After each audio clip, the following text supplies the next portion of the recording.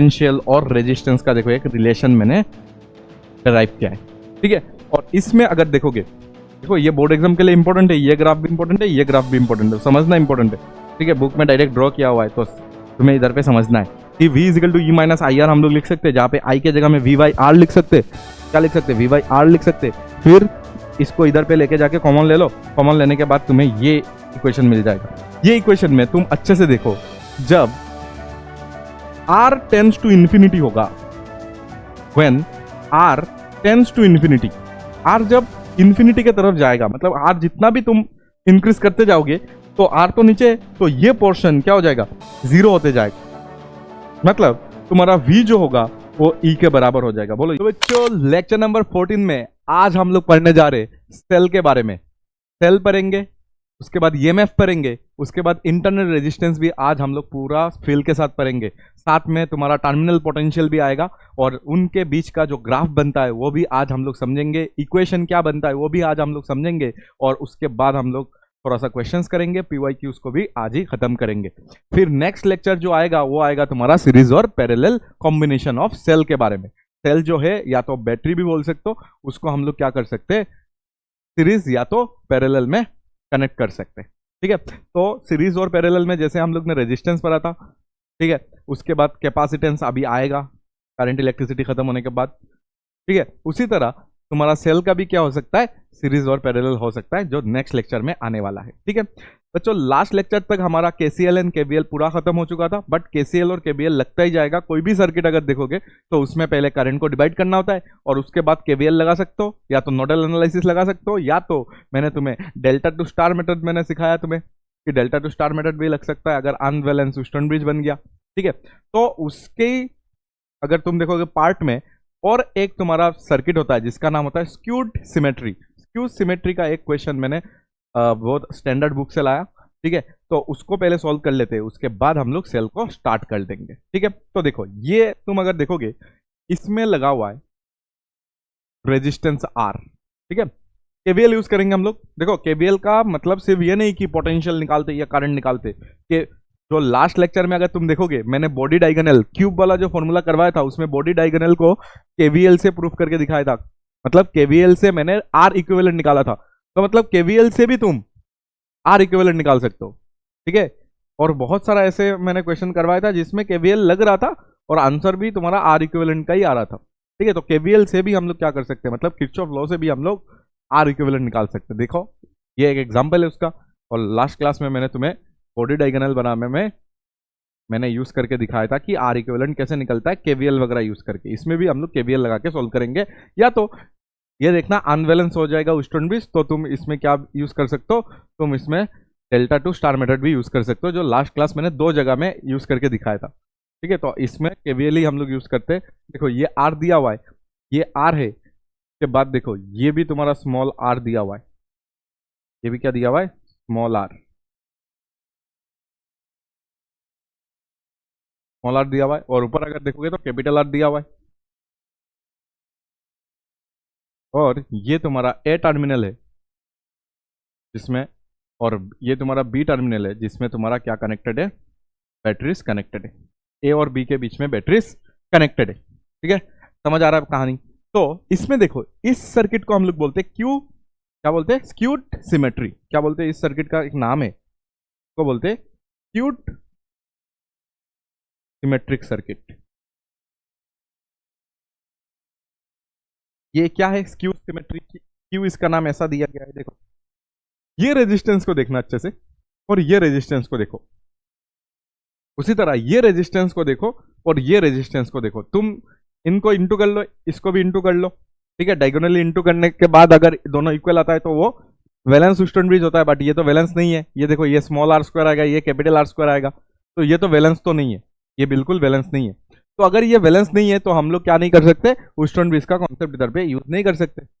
एक कर सकते दैट इज तुम्हारा delta two star method use कर सकते, ठीक है। वो मैंने तुम्हें फॉर्मूला लगा के समझा के दिया था पूरा। लेकिन एक होता है स्क्यूड सिमेट्री, मतलब इसका रेजिस्टेंस अगर इधर है, इसका रेजिस्टेंस अगर इधर है, ऐसे सर्किट को देखने से हम लोग बोलते हैं स्क्यूड सिमेट्री। जैसे मिरर सिमेट्री होता था उसी तरह मिरर सिमेट्री में बस क्या रहता है, एक मिरर रहता है और ये आर होने से ये भी आर होना पड़ता था, ये आर होने से ये भी आर होता, ऐसा ठीक है, उसको बोलते हैं मिरर सिमेट्री, कि उसके जस्ट नेक्स्ट जो तुम्हारा इमेज बन रहा है उसका वो सेम बनना चाहिए। बट इसका अगर इमेज देखोगे तो नहीं बन रहा है, बट यही चीज इधर पे कनेक्टेड है, यही चीज इधर पे कनेक्टेड है।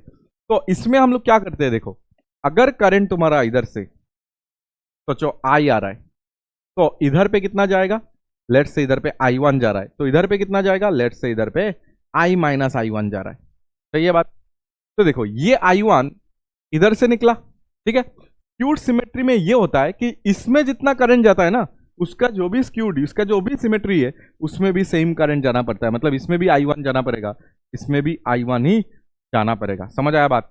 इसका जो भी तुम्हारा स्क्यूड सिमेट्री होगा उसका, उसमें करंट सेम जाना पड़ेगा। तो उसी तरह अगर तुम देखोगे इसमें कितना जा रहा है, इसमें अगर देखोगे तो I माइनस I1 जा रहा है, तो इसके जो स्क्यूड सिमेट्री मतलब ये, इसमें कितना जाना पड़ेगा, I माइनस I1 ही जाना पड़ेगा। मतलब I1 इधर से आया, ये स्क्यू सिमेट्री है, इसके वजह से इसमें जितना करंट जा रहा है इसमें सेम जाना चाहिए, इसमें जितना करंट जा रहा है इसमें भी सेम जाना चाहिए। ठीक है, अच्छा तो अभी I1 इधर से अगर आया तो इससे I माइनस I1 अगर चला गया तो बचा कितना, बोलो। I1 से अगर I माइनस I1 चला गया तो कितना रह गया, तो रह गया तुम्हारा 2I1 माइनस I। समझ आ गया ना बात। तो इसमें जितना भी करंट होगा वो हो जाएगा तुम्हारा, इसमें करंट कितना होगा, देखो I1 आया इस जंक्शन में, आने के बाद I माइनस I1 चला गया तो बचा कितना, तो I1 से ये माइनस कर दिया तो हमारे पास जो आया that is 2I1 minus I।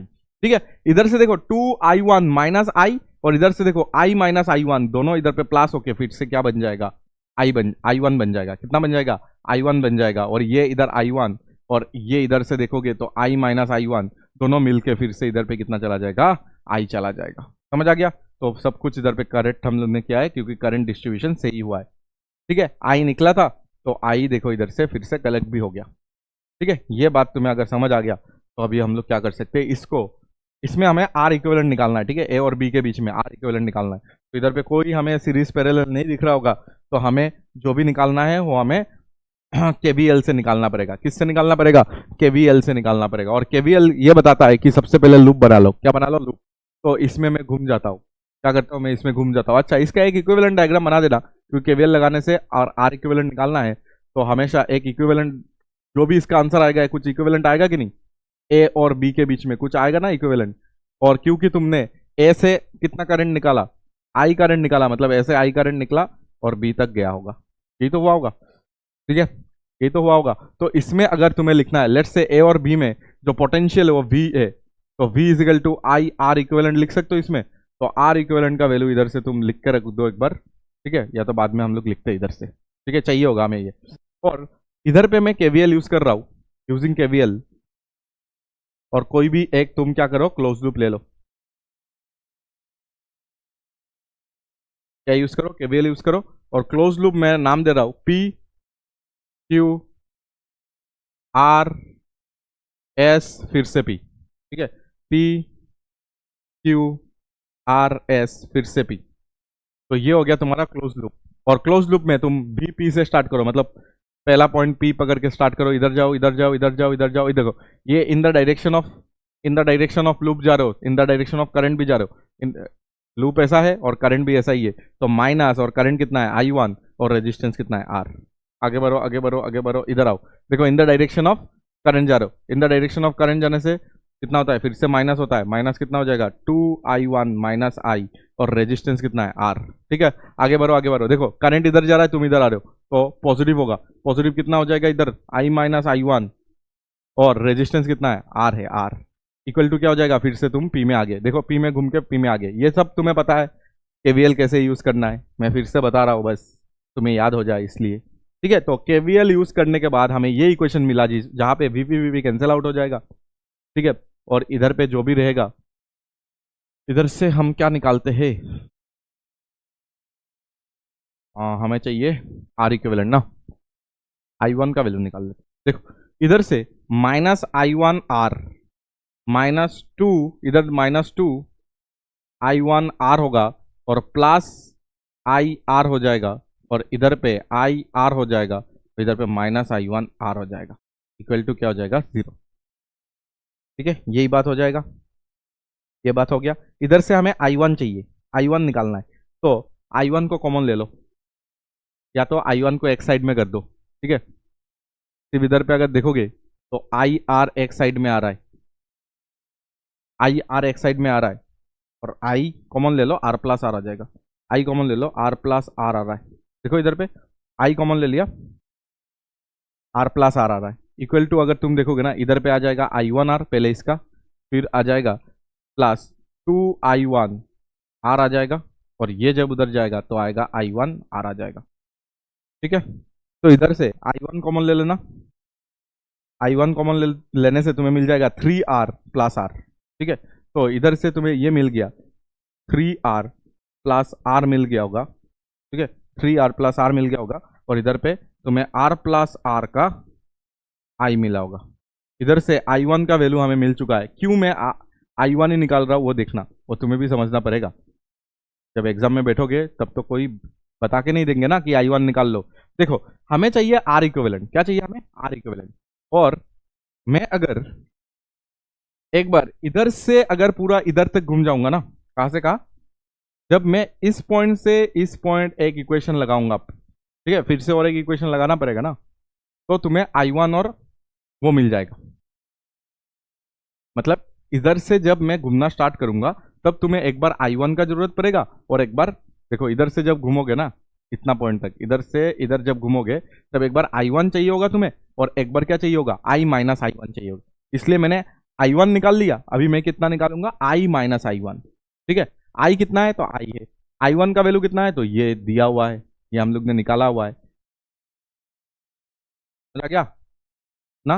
I समझ आया, I से I1 को माइनस कर रहा, तो I माइनस I1 का वैल्यू हमें पता है, माइनस कर दो दोनों को, तो ये आएगा तुम्हारा 3R plus R minus R divided by, समझ आ रहा है ना।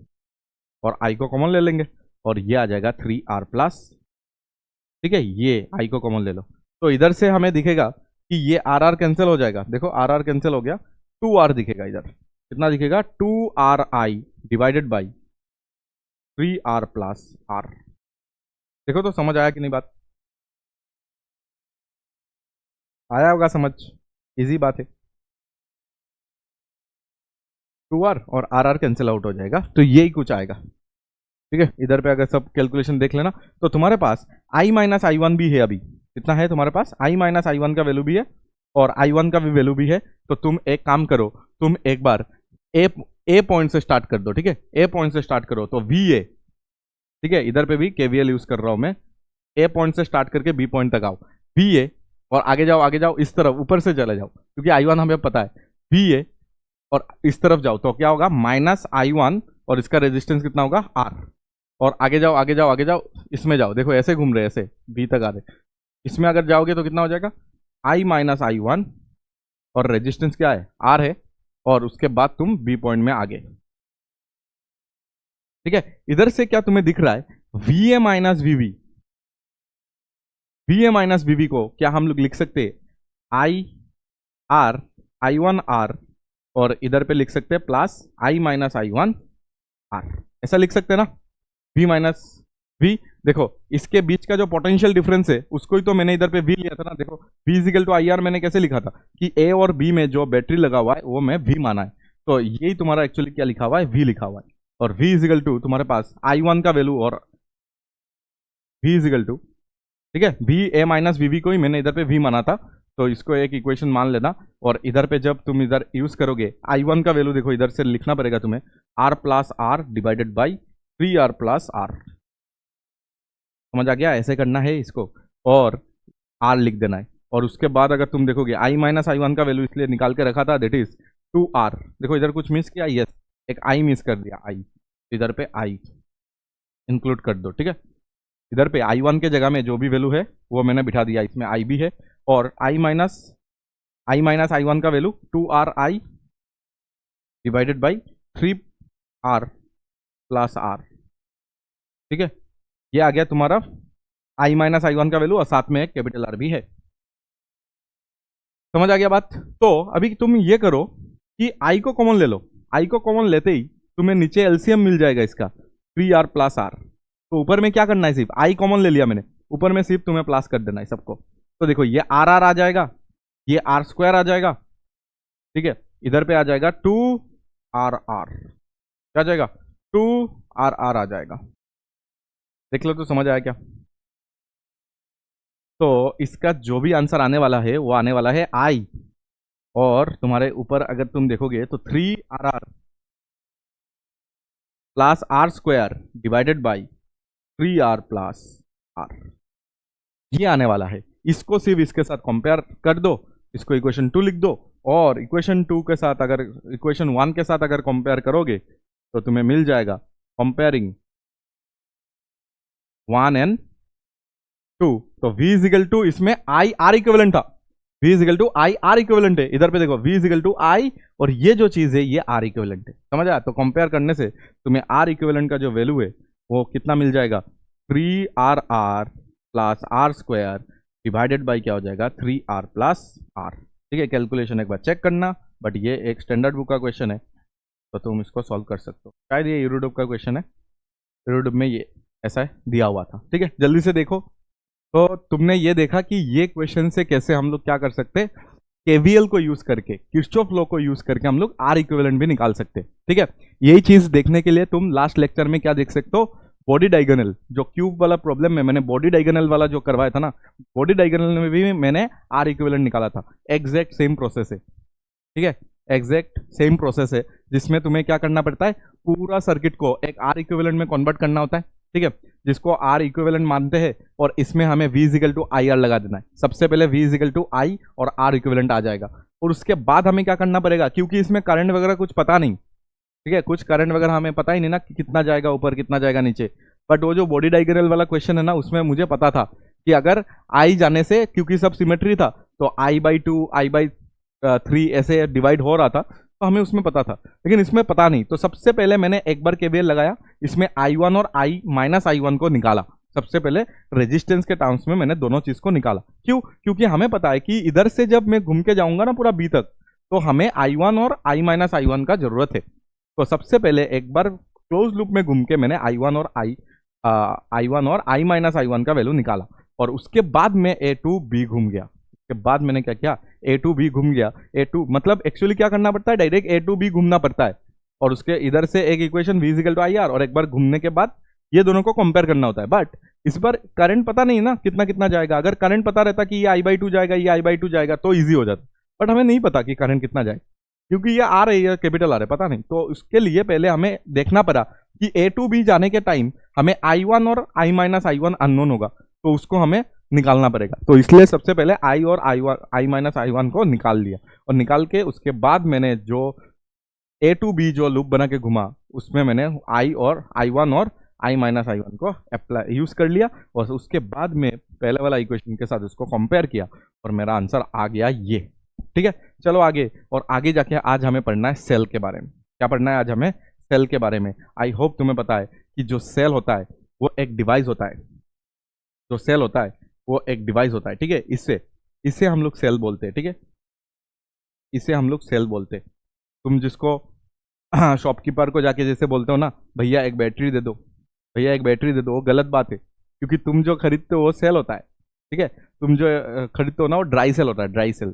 ठीक है, ये होता है तुम्हारा सेल, और तुम जो खरीदते हो ना उसको हम लोग बोलते हैं ड्राई सेल। क्या बोलते हैं, ड्राई सेल। ठीक है, और ये ड्राई सेल का जो वोल्टेज होता है ना, वो 1.5 वोल्ट के आसपास होता है, लिखा हुआ रहता है ड्राई सेल। ठीक है, 21 रुपीज अभी जो चल रहा है मार्केट में, और ड्राई सेल 1.5 वोल्ट का होता है। ठीक है, तुम जो खरीदते हो, यूजुअली हम लोग ये यूज करते हैं घड़ी वगैरह में। ठीक है, क्लॉक वगैरह में। तो ये जो सेल होता है ना, इसका काम क्या है, आज हमें ये पढ़ना है कि इसका वर्क क्या है। ये तो कभी हमें सोचा ही नहीं इसका वर्क क्या है। तुम्हें लगता है कि सर ये तो करंट देता है, वर्क तुम्हें क्या लगता है कि इट प्रोवाइड्स पक्का करंट, तुम्हें ये लगता है, जो कि गलत है। करंट टू द सर्किट, तुम्हें लगता है कि ये तो पक्का करंट देता होगा सर्किट में। ठीक है, तुम्हें जो लगता है वो इधर पे गलत है। सर्किट में ये करंट देने का काम नहीं करता है। आज यही हमें समझना है पूरा लेक्चर में। ठीक है, तुम्हें ये लगता है, जो कि गलत बात है। ठीक है, ये लिख के काट देना ताकि तुम्हें समझ आए कि करंट नहीं देता है ये। ठीक है, इसका वर्क होता है, देखो ये हमें लगता है। ठीक है, ये तुम्हारा एक्सपेक्टेशन है, हमें लगता है ऐसा है, लेकिन एक्चुअली रियलिटी में उसका काम क्या है आज हमें समझना है। देखो रियलिटी में जो एक सेल होता है ना, वो हमेशा इट प्रोवाइड, सेल क्या करता है, प्रोवाइड करता है। क्या प्रोवाइड करता है? Cell provide energy.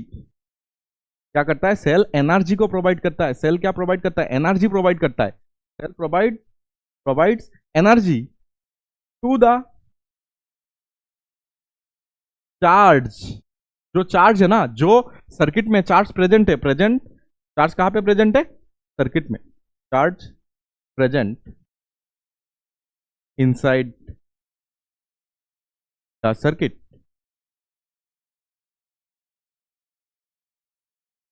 so that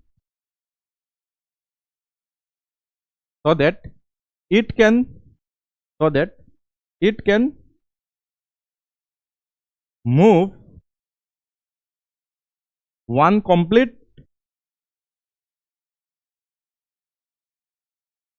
cycle to produce current in the circuit. Circuit में सेल का काम ये नहीं होता है कि वो तुम्हें करंट दे, सेल का काम ये होता है कि वो तुम्हें एनर्जी दे। सेल का काम क्या होता है? एनर्जी देना होता है। किसको? तुम्हें नहीं। क्या? रेजिस्टेंस को नहीं, चार्ज को। चार्ज, ठीक है। चार्ज मतलब इधर इलेक्ट्रॉन, चार्ज मतलब इधर क्या हो जाएगा? Electron.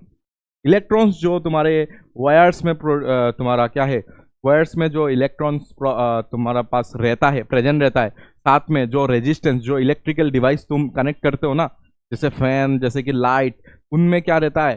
Free number of electrons रहता है। तो ये जो सेल होता है ना, ये जो सेल होता है, ये सेल हमेशा क्या करता है? ये सेल हमेशा, सोचो ये सेल है,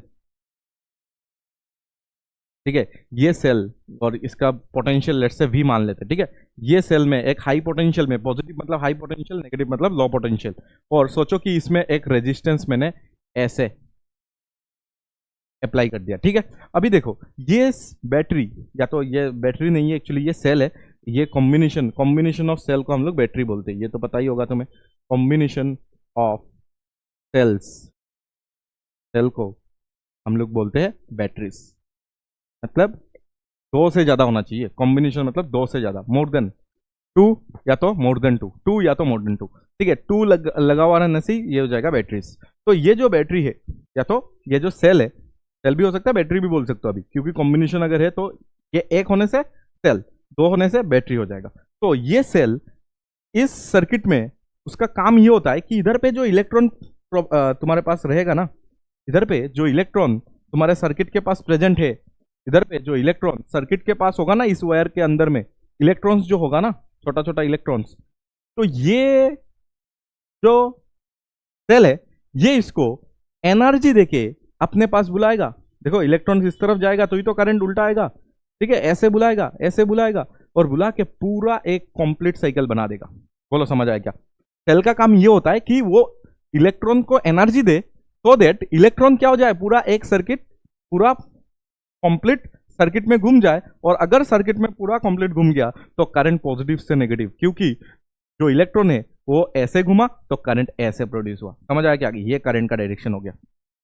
तो हमें यह समझ आया कि एक सेल का काम होता है कि वो इलेक्ट्रॉन्स को, या तो चार्ज जो सर्किट के अंदर है उसको एनर्जी प्रोवाइड करे, सो दैट वो जो चार्ज पार्टिकल, या तो वो जो चार्ज है वो पूरा एक सर्किट में घूम जाए, वो पूरा सर्किट में घूम जाए और करंट प्रोड्यूस कर ले, ठीक है। करंट प्रोड्यूस होगा तो ये इधर ये रेजिस्टेंस, अगर एक बल्ब है तो वो जलना स्टार्ट करेगा, फैन होने से घूमना स्टार्ट करेगा, ठीक है। करंट आने से ये सब होगा। तो मतलब हमें ये समझ आ गया कि अच्छा सेल अगर देखोगे ना, हमारे सिलेबस में अगर तुम केमिस्ट्री देखोगे, केमिस्ट्री में तुम्हारे पास एक होगा गैल्वेनिक सेल। ये गैल्वेनिक सेल के बारे में चलो हम लोग थोड़ा सा डिस्कस करते हैं। गैल्वेनिक सेल के बारे में डिस्कस करेंगे तो ही पता चलेगा कि ये सब कैसे हो रहा है, ठीक है। ये सब कैसे हो रहा है उसके बारे में हमें समझ आएगा, लेकिन उसके पहले हम लोग ईएमएफ समझ लेते, उसके बाद ही हम लोग गैल्वेनिक सेल को डिस्कस करेंगे। तो ईएमएफ और सेल का काम सब कुछ हमें इधर पे समझ आएगा, ठीक है। तो मेन सेल का काम यही होता है कि एनर्जी प्रोवाइड करना क्या करना, एनर्जी प्रोवाइड करना, किसको, चार्ज को, जो अंदर में चार्ज है उसको एनर्जी प्रोवाइड करेंगे, और सो दैट वो चार्ज पूरा एक कंप्लीट साइकिल घूम जाए और करंट को प्रोड्यूस कर ले। ये होता है तुम्हारा सेल का काम। या तो सेल का दूसरा भी जो काम हम लोग बोलते हैं ना, घुमा फिरा के सेम मीनिंग है उसका, कि इट मेंटेन्स, ठीक है, दूसरा जो हम लोग बोलते हैं ना कि it maintains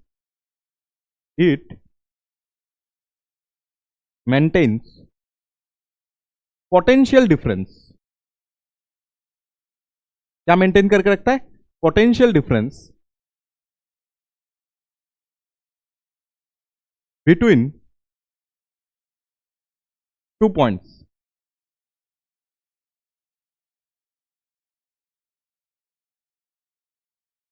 in a circuit. एक सर्किट में दो पॉइंट के बीच में, ठीक है, एक सर्किट में दो पॉइंट के बीच में पोटेंशियल डिफरेंस को क्रिएट करके रखता है, मेंटेन करके रखता है, सो दैट अगर पोटेंशियल डिफरेंस होगा, जैसे कि इधर पे 10 वोल्ट है और इस पॉइंट में लेट्स से 5 वोल्ट है, तो ही तो क्या होगा, करंट प्रोड्यूस होगा ना, तो ही तो हाई पोटेंशियल से लो पोटेंशियल तुम्हारा क्या होगा, करंट प्रोड्यूस होगा। तो इसका मतलब ये काम कौन करता है, सेल में करंट जो फ्लो होता है, ये फ्लो करवाने का जो जिम्मेदारी है वो तुम्हारा सेल लेता है, लेकिन करंट देता नहीं हो, वो एनर्जी देता है। ठीक है, अब बात ये है कि कितना एनर्जी देता है, कैसे एनर्जी देता है, वर्क डन बाई सेल कितना होगा। ठीक है, ये भी तो किसी ने अगर पूछ लिया तो, वर्क डन बाई सेल अगर किसी ने पूछा है, वर्क डन बाई सेल अगर किसी ने पूछा है, तो तुम सिंपल बता देना कि वो होता है charge into potential, charge into potential. Cell के पास क्या होता है, पोटेंशियल होता है, और चार्ज तो है ही, चार्ज को ही तो दे रहे ना, तो ये हो जाएगा Q इंटू वी। क्या हो जाएगा, Q इंटू वी। तुम्हें पता होगा कि V इजिकल टू क्या होता है, V is equal to W by Q होता है ना, ये तो तुम्हें पता है। पोटेंशियल किसी भी एक पॉइंट का अगर हमें डिफाइन करना है तो हम लोग हमेशा क्या लिखते हैं, work done per unit charge. तो इधर से अगर वर्क डन निकालोगे तो वर्क डन क्या हो जाएगा, चार्ज इंटू पोटेंशियल, या तो चार्ज इंटू वोल्टेज। तो उसी तरह अगर तुम्हें क्या निकालना है कि एक सेल कितना काम कर रहा है, एक बैटरी कितना काम कर रहा है, तो उसका पोटेंशियल कितना है इंटू कौन सा वाला चार्ज को ये पोटेंशियल दिया, तो वो जो चार्ज को, जो भी चार्ज है Q और पोटेंशियल उसका पास जितना भी है उसको अगर इंटू करोगे तो तुम्हारे पास क्या आ जाएगा, उन दोनों को इंटू करने से तुम्हारे पास क्या आ जाएगा, work done by the cell आ जाएगा। सेल ने इतना काम किया, समझ आ गया बात, सेल ने इतना काम किया, सेल ने कितना काम किया, सेल ने Q इंटू वी काम किया। तो सेल काम करता है, इसके वजह से चार्ज घूमता है, और चार्ज घूम के क्या बनाता है, करंट बनाता है। ठीक है, अच्छा ये हमें समझ आ गया सेल का काम। चलो अभी EMF क्या है वो समझते। ठीक है, EMF क्या है, EMF। तो EMF तुमने सुना होगा स्कूल में। EMF जो होता है वो होता है तुम्हारा electromotive force, electromotive force, electromotive force. तो इसका नाम सुन के हमें ऐसा लगता है कि ये एक फोर्स होगा, जैसे इलेक्ट्रोस्टैटिक फोर्स है उसी तरह कुछ इलेक्ट्रोमोटिव क्या होगा, फोर्स होगा। बट तुम्हें ये पता होगा अभी कि इलेक्ट्रोमोटिव फोर्स इसका नाम है बस, लेकिन उसका काम फोर्स जैसा नहीं है, उसका काम पोटेंशियल जैसा है। It is just like potential. ठीक है, ये पोटेंशियल है, ये पोटेंशियल डिफरेंस है एक्चुअली। ये क्या है, पोटेंशियल डिफरेंस है, पोटेंशियल डिफरेंस है। ठीक है, इसका ऐसा यूनिट देखोगे तो क्या होगा, वोल्टेज आएगा। इसका ऐसा यूनिट अगर देखोगे तो क्या आएगा, वोल्टेज आएगा। ठीक है, न्यूटन नहीं आएगा, वोल्टेज आएगा। का नाम ऐसे दिया गया है, बट इसका काम जो है वो पोटेंशियल वाला काम है। ठीक है, अच्छा ये क्या है सर, दिखाओ। EMF का मतलब सिंपल होता है, EMF का मतलब सिंपल होता है। तुम अगर अभी शॉपकीपर को जाके एक ड्राई सेल तुम खरीद के लाओगे, तो उसके ऊपर में लिखा हुआ रहता है 1.5 वोल्ट। के ऊपर में कितना लिखा हुआ रहता है, 1.5 वोल्ट। दैट 1.5 वोल्ट जो लिखा हुआ रहता है, that is EMF, that is EMF। मतलब एक सर्किट अगर मैंने बनाया, सुन लो ना अच्छे से सुन लो। ठीक है, एक सर्किट मैंने बनाया विथ कीज, की बनाया, साथ में स्विच भी बनाया। इस बार देखो ये अभी ओपन है, मतलब एक सर्किट अगर ओपन है, एक सर्किट देखो ओपन है, ओपन सर्किट में कोई करंट फ्लो होगा क्या, नहीं। तो ओपन है इसका मतलब सर्किट में कोई करंट फ्लो नहीं हो रहा है। तो करंट में जब सर्किट में कोई करंट फ्लो नहीं होता, सर्किट में जब कोई करंट फ्लो नहीं होता, या तो एक सर्किट अगर ओपन है, तब इस बैटरी के अंदर जितना पोटेंशियल डिफरेंस है उसको हम लोग बोलते हैं EMF। देखो पोटेंशियल डिफरेंस होगा कि नहीं, यस होगा। कैसे, इसका पॉजिटिव टर्मिनल या तो हाई पोटेंशियल ये है तो इस पॉइंट में कोई पोटेंशियल होगा, इसका नेगेटिव टर्मिनल में इस पॉइंट में कोई पोटेंशियल होगा, तो इनके बीच में जो पोटेंशियल डिफरेंस होता है ना उसको हम लोग बोल देते हैं, इस डेल्टा वी को हम लोग बोल देते हैं ईएमएफ। थोड़ा सा ऐसे लिखते हैं हम लोग, एलिफेंट जैसा ई जैसा लिखते हैं, देख लो थोड़ा कर्सिव वाला ई से लिखते हैं उसको, ई से भी लिख सकते हो एक ही बात। बट ये क्या है, when circuit is open, when circuit is open, potential difference across the battery, जब सर्किट क्लोज है तब नहीं, across the सेल बोल सकते हो, बैटरी बोल सकते हो, is known as EMF, is known as EMF। लेकिन जब क्या होगा, ये सर्किट क्लोज हो जाएगा, ठीक है, याद रखना, ये भी याद रखना कि ईएमएफ जो होता है ना, it is the maximum potential difference, it is the maximum potential difference. इससे ज्यादा और पोटेंशियल डिफरेंस सर्किट में हो ही नहीं सकता, यही तुम्हारा मैक्सिमम पोटेंशियल क्या हो सकता है, डिफरेंस हो सकता है, जब सर्किट क्या रहता है, ओपन रहता है, क्लोज होने से कभी नहीं होगा, ठीक है, मैक्सिमम पोटेंशियल डिफरेंस। तो वेरी सिंपल बात, जो तुम खरीद के लाते हो ना, जो तुमने ड्राई सेल खरीद के लाया उसके ऊपर में लिखा हुआ रहता है कि 1.5 वोल्ट, दैट 1.5 वोल्ट जो लिखा हुआ है ना, जो तुम्हें बताया गया कि 1.5 वोल्ट है, वो ईएमएफ है। लेकिन जब इसको तुम एक सर्किट में कनेक्ट कर दोगे ना, तो हमेशा तुम्हें ऐसा लगता होगा कि मैंने एक इधर पे रेजिस्टेंस लिया, देखो तुम्हें ऐसा लगता होगा कि मैंने इधर पे एक ड्राई सेल खरीद के लाया 1.5 वोल्ट, ठीक है, मैंने इधर पे एक की लगा दिया, ठीक है। अभी अगर तुम देखोगे ये सिचुएशन, देखो कि सबसे पहले जब सर्किट ओपन है, ओपन सर्किट में तुमने क्या किया, बैटरी के अक्रॉस, ओपन सर्किट में तुमने क्या किया, बैटरी के अक्रॉस तुमने पोटेंशियल डिफरेंस कैलकुलेट किया, तो तुम्हारा आंसर कितना आया, देखो इधर पे एक वोल्ट मीटर लगा दो, इस पॉइंट में और इस पॉइंट में, ठीक है, एक वोल्ट मीटर लगाया तुमने, क्या लगाया, इस पॉइंट और इस पॉइंट के बीच में तुमने इधर पे एक वोल्ट मीटर लगाया, क्या लगाया, वोल्ट मीटर। तो उसका रीडिंग कितना था, इस वोल्ट मीटर का रीडिंग था तुम्हारा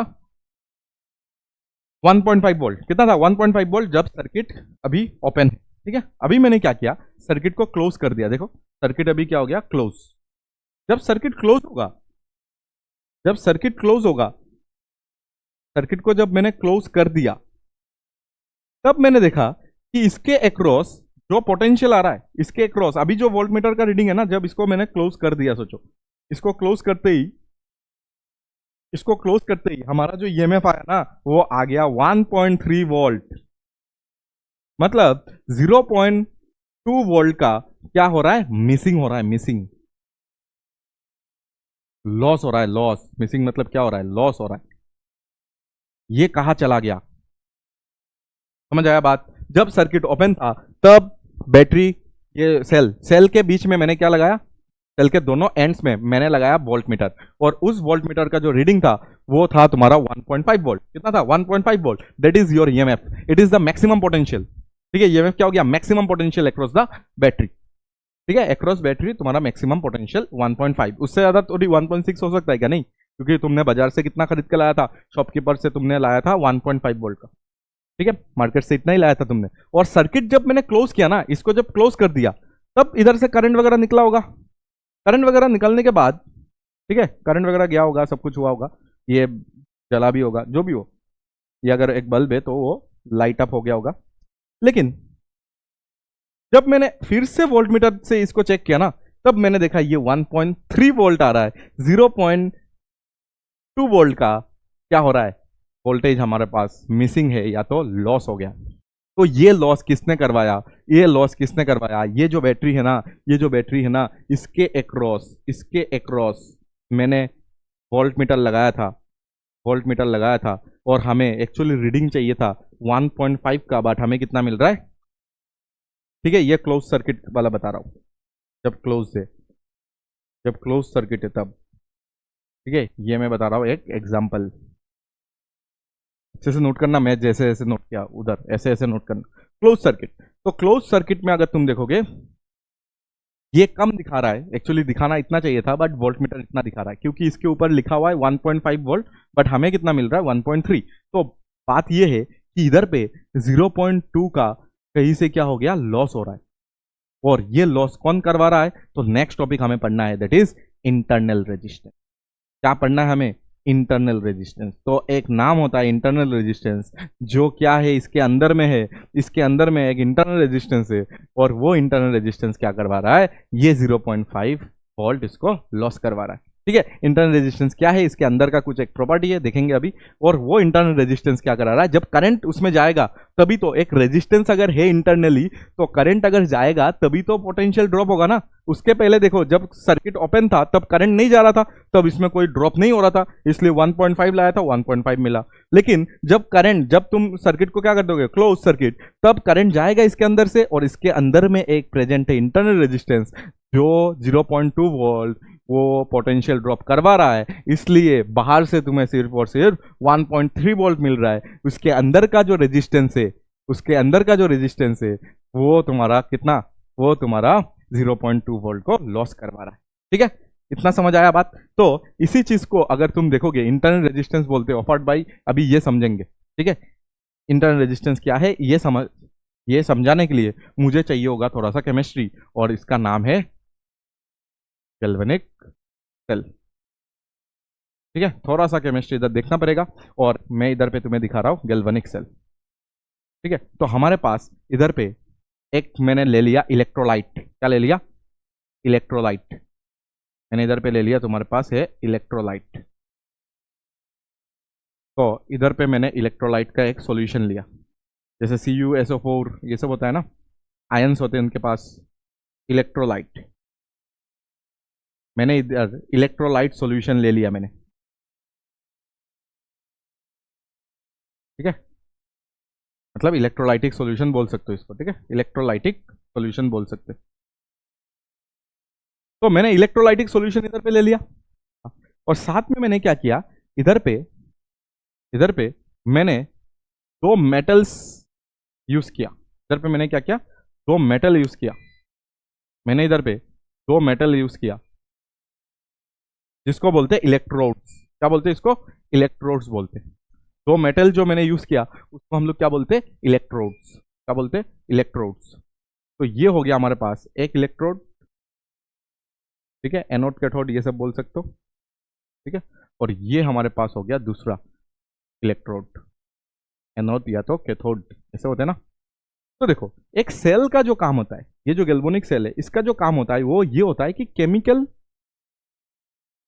एनर्जी, मतलब इधर पे कुछ केमिकल रिएक्शंस होंगे। ठीक है, केमिकल रिएक्शंस होके कुछ केमिकल एनर्जी निकलेंगे, और उस एनर्जी को इलेक्ट्रिकल एनर्जी में कन्वर्ट कर देना, मतलब करंट प्रोड्यूस कर देना, इससे इलेक्ट्रिकल एनर्जी में कन्वर्ट कर देना। यही तो होता है इसका काम। ठीक है, सेल का काम यही होता है, कोई भी सेल का यही काम होता है कि अंदर में जो भी, देखो एक बैटरी बनने के लिए तुम्हें हमेशा, देखो ये तुम्हें लैब में मिल जाएगा, फिजिक्स लैब में भी मिल जाएगा। ठीक है, ये जो चीज़ होता है ये हम लोग बना सकते हैं। ठीक है, ऐसे इलेक्ट्रोड वगैरह चाहिए होगा हमें, मेटल्स चाहिए होगा, इलेक्ट्रोड मतलब मेटल्स है, तो मेटल्स वगैरह चाहिए होगा, और हम लोग ऐसे कनेक्शन दे देंगे। ठीक है, और साथ में तुम क्या करो, साथ में तुम्हें इधर पे एक रेजिस्टेंस लगाना पड़ेगा एक्सटर्नल। तो मैंने रेजिस्टेंस R मैंने इधर पे यूज कर दिया। ठीक है, R रेजिस्टेंस है हमारे पास। R रेजिस्टेंस है अगर है हमारे पास, तो हमने ये देखा due to some chemical reaction हमने ये देखा कि इसमें इलेक्ट्रॉन आ गया, और इसमें पॉजिटिव चार्जेस आ गया। ठीक है, ऐसे। और क्योंकि इलेक्ट्रॉन हमेशा पॉजिटिव की तरफ जाएगा, क्योंकि इलेक्ट्रॉन हमेशा फ्लो करेगा। देखो ये इलेक्ट्रॉन फ्लो हो रहा है, हमेशा पॉजिटिव की तरफ इलेक्ट्रॉन फ्लो हो रहा है। ठीक है, तो ये जो केमिकल एनर्जी जो इलेक्ट्रिकल एनर्जी में फ्लो हो रहा है, वो कैसे हो रहा है, इलेक्ट्रिकल एनर्जी कैसे फॉर्म हो रहा है, वो मैं तुम्हें इधर पे समझा रहा हूं। Because of some chemical mechanism. ठीक है, केमिकल मैकेनिज्म के वजह से ये इलेक्ट्रॉन क्या हो रहा है, इलेक्ट्रॉन प्रोटॉन की तरफ या तो पॉजिटिव चार्ज की तरफ अट्रैक्ट हो रहा है। हो गया अट्रैक्ट हो के, इधर देखना, अट्रैक्ट हो के ये इलेक्ट्रॉन इस इलेक्ट्रोलाइटिक सॉल्यूशन में आके अभी इधर पे है, अभी प्रेजेंट कहाँ पे है, देखो ये इलेक्ट्रॉन पूरा घूमना पड़ेगा तो ही तो करंट आएगा। एक इलेक्ट्रॉन अगर पूरा सर्किट में घूमेगा तो ही करंट आएगा, आधा घूमने से नहीं होता है, ठीक है। आधा घूमने से क्या आधा करंट आ जाएगा क्या, नहीं। तो पूरा एक इलेक्ट्रॉन को घूमना पड़ेगा, पूरा कंप्लीट साइकिल। तो एक इलेक्ट्रॉन अगर इधर से निकला है, वो इलेक्ट्रॉन ऐसे घूमते घूमते घूमते घूमते घूमते घूमते इधर तक तो आ गया, लेकिन उसके बाद क्या हो रहा है, उसके बाद अगर देखो ना, इलेक्ट्रॉन इस तरफ जाना चाहता है बट इस तरफ नेगेटिव चार्ज है और ये इलेक्ट्रॉन आ रहा है, तो नेगेटिव और नेगेटिव में आ जाएगा रिपल्शन, तो ये इलेक्ट्रॉन इधर जा ही नहीं पा रहा। बट तब आएगा तुम्हारा जो केमिकल जो एनर्जी है, ये जो केमिकल जो रिएक्शंस हो रहा है ना, ये जो केमिकल रिएक्शंस जो हो रहा है ना, ये केमिकल रिएक्शन बहुत ज्यादा हीट प्रोड्यूस करता है, ठीक है। एक्सोथर्मिक बोलते हैं ना हम लोग इसको केमिस्ट्री में। ये एक्सोथर्मिक रिएक्शन होता है जिसके वजह से बहुत ज्यादा क्या होता है, एनर्जी रिलीज या तो हीट रिलीज होता है। ये एनर्जी जो एक्स्ट्रा जो एक्सोथर्मिक रिएक्शन के वजह से जो एनर्जी जो क्रिएट हो रहा है ना, इनके इसके बीच में जो केमिकल रिएक्शन के वजह से, वही इस इलेक्ट्रॉन को इधर से देखो, इधर से तो आराम से आ गया, ठीक है, बट इस जगह पे देखो ये गैप में इलेक्ट्रॉन इस तरफ, इलेक्ट्रॉन इलेक्ट्रॉन मतलब इलेक्ट्रोस्टैटिक रिपल्शन लग रहा है इधर पे, बट फिर भी इलेक्ट्रॉन इधर से इधर चला जाता है। समझ आया, सर्किट बन गया। देखो क्यों चला जाता है, because of chemical reaction, exothermic reaction. और एक्सोथर्मिक में हाई अमाउंट ऑफ एनर्जी क्या होता है, रिलीज होता है, high amount of energy release होता है। तो उस एनर्जी जो एक्स्ट्रा जो एनर्जी एक्सोथर्मिक के वजह से जो आ रहा है, उस एनर्जी के वजह से क्या हो गया, उस एनर्जी के वजह से ये इलेक्ट्रॉन एक्चुअली जाना नहीं चाहता था क्योंकि नेगेटिव नेगेटिव रिपल्शन हो रहा था, बट ये पूरा कंप्लीट पाथ बना लिया, ठीक है, ये पूरा कंप्लीट पाथ बना लिया। ये पाथ इसलिए बना क्योंकि दोनों के बीच में क्या हो रहा है, दोनों के बीच में लग रहा है तुम्हारा केमिकल रिएक्शन। अच्छा एक मिनट रुको। तो देखो अभी इसमें क्या होता है कि इलेक्ट्रॉन तो इधर से इधर फ्लो हो रहा है, बट इलेक्ट्रॉन्स जो फ्लो हो रहा है, इलेक्ट्रॉन्स जो फ्लो हो रहा है, इलेक्ट्रॉन्स फ्लो में एक प्रॉब्लम है। क्या प्रॉब्लम है कि ये तो इलेक्ट्रोलाइट सॉल्यूशन से होते हुए पास हो रहा है, थ्रू इलेक्ट्रोलाइट सॉल्यूशन ये पास हो रहा है। तो इस जर्नी में ये जो जर्नी हो रहा है, देखो ये पूरा अभी क्या हो गया, एक पूरा कंप्लीट साइकिल हो गया, और पूरा कंप्लीट साइकिल अगर हो गया तो अभी इधर से क्या होगा, करंट प्रोड्यूस हो जाएगा। देखो इलेक्ट्रॉन ऐसे घूम रहा है तो इसमें करंट अगर देखोगे तो ऐसे अभी एक करंट प्रोड्यूस हो जाएगा, और ये अगर बल्ब है तो ऐसे, ठीक है, ऐसे ग्लो हो जाएगा, ठीक है। तो हमें पता चल गया कि करंट आ गया। और करंट हमने कैसे प्रोड्यूस किया, तो ये एक तुम्हारा गैल्वेनिक सेल है, और गैल्वेनिक सेल में हम लोग ने क्या किया, इलेक्ट्रोड्स को यूज किया, और इधर पे केमिकल रिएक्शन के वजह से इधर पे क्या हो गया, ऐसा एक्सोथर्मिक तुम्हारा क्या हुआ, अमाउंट ऑफ एनर्जी रिलीज हुआ। एक्सोथर्मिक है इसलिए अमाउंट ऑफ रिलीज एनर्जी बहुत ज्यादा रिलीज हुआ, और जिसके वजह से तुम्हारा क्या हुआ, इलेक्ट्रॉन जो इधर से इधर जाना नहीं चाह रहा था, बट वो भी क्या हो गया, एट वन गो वो भी क्या हो गया, इधर से इधर निकल गया, ठीक है। और उसके बाद सर्किट पूरा कंप्लीट हो गया और करंट बन गया, ठीक है। ये तो हमें समझ आ गया, ऊपर ऊपर का बात है, हमें समझ आ गया। लेकिन इधर पे ये हो रहा है कि इलेक्ट्रॉन जो फ्लो हो रहा है ना थ्रू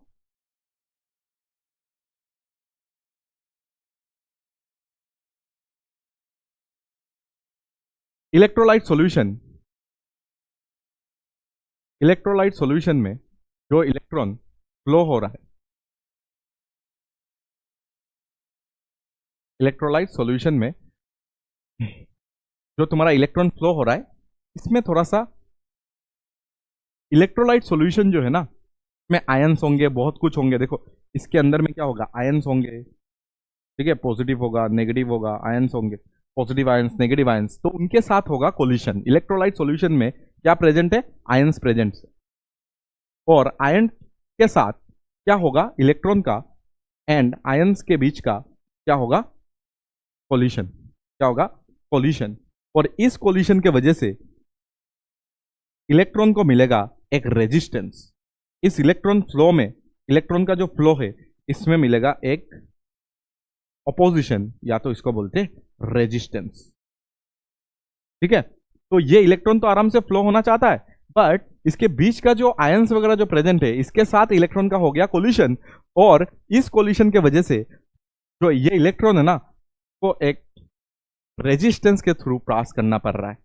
इसको एक रेजिस्टेंस के थ्रू पास करना पड़ रहा है, एंड दैट रेजिस्टेंस, क्योंकि ये इंटरनल का बात है, देखो इधर से ही तुम्हारा क्या हो रहा है, इधर से ही तुम्हारा एनर्जी, देखो चार्ज को मैंने क्या बताया था, एनर्जी देता है ना, देखो यही तो चार्ज है, यही तो चार्ज है, ये चार्ज जैसे घूम के इधर तक आ रहा है, तो ये चार्ज को क्या मिला, एनर्जी कहां से मिला, ये जो एक्सोथर्मिक जो तुम्हारा क्या हुआ है, एक्सोथर्मिक जो रिएक्शन हुआ है, जहां से अमाउंट ऑफ एनर्जी बहुत ज्यादा, केमिकल एनर्जी बहुत ज्यादा रिलीज हुआ, और ये जो इलेक्ट्रॉन है, कभी तुमने ऐसा सोचा क्या, एक सिंबल अगर देखोगे सेल का, तो हम लोग हमेशा ऐसे देते हैं सिंबल, तो कभी तुमने सोचा क्या कि इलेक्ट्रॉन, तो सर आपने बताया कि इधर से ये जो खाली जगह है उसमें इलेक्ट्रॉन कैसे फ्लो हुआ, ये कभी सोचा क्या, ये इलेक्ट्रॉन इधर से लेट से आया और इधर फ्लो हो गया इलेक्ट्रॉन, ये हम लोग दिखाते हैं ना कि पॉजिटिव ऐसे घूम के जाता है इलेक्ट्रॉन, पॉजिटिव से आकर नेगेटिव में निकलता है, और करंट उल्टा पॉजिटिव से आकर नेगेटिव में आता है, तो ये जो तुम्हारा पॉजिटिव है, ये जो तुम्हारा नेगेटिव है, तो इलेक्ट्रॉन इधर से इधर कैसे गया, ये खाली जगह क्यों दिखाते हैं हम लोग हमेशा, ये गैप क्यों दिखाते, ठीक है, ये गैप क्यों दिखाते, ये वाला गैप है,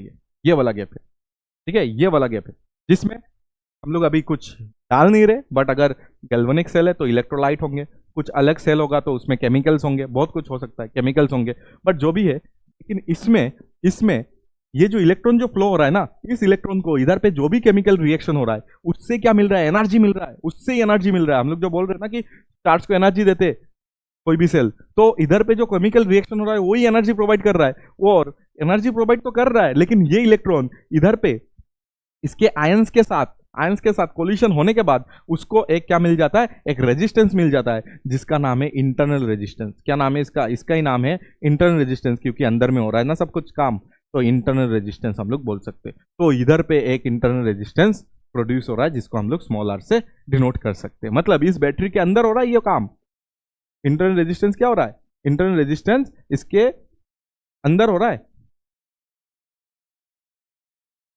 समझ आ गया इंटरनल रेजिस्टेंस के बारे में अभी, कि ये जो एनर्जी तो मिला उसको, सही है, बट आयंस वगैरह प्रेजेंट होंगे, उसके साथ कोलिशन होगा, तो इलेक्ट्रॉन फ्लो में क्या मिल गया, एक रेजिस्टेंस मिल गया, जिसको हम लोग बोलते हैं इंटरनल रेजिस्टेंस, जिसको हम लोग क्या बोलते हैं, इंटरनल रेजिस्टेंस। और ये इंटरनल रेजिस्टेंस जो है ना, ये एक्चुअली इसके अंदर है, बट ऐसे थोड़ी हम लोग बैटरी नहीं बनाते ना, तो इसको रिप्रेजेंट करने का एक वे है, दैट इज सेल बना दो और उसके साइड में इस रेजिस्टेंस को लिख दो, ये सेल में ईएमएफ लिख देना ई, और ये ईएमएफ ई का मतलब ये होता है जब सर्किट में कोई करंट नहीं जाएगा, ईएमएफ का मतलब समझ आता है अभी, कि सर्किट में जब करंट कोई भी नहीं जाता है, कोई भी अगर करंट सर्किट में फ्लो नहीं हो रहा है, तब पोटेंशियल डिफरेंस कितना है, ठीक है, जैसे कि अभी मैं दिखाता हूं तुम्हें कि ये एक पॉइंट है सर्किट का और ये एक पॉइंट है सर्किट का, इसके बीच में अगर देखोगे ना ये करंट आएगा, ये करंट अगर जीरो आया ना, कि इधर से देखो करंट आया ऐसे गया,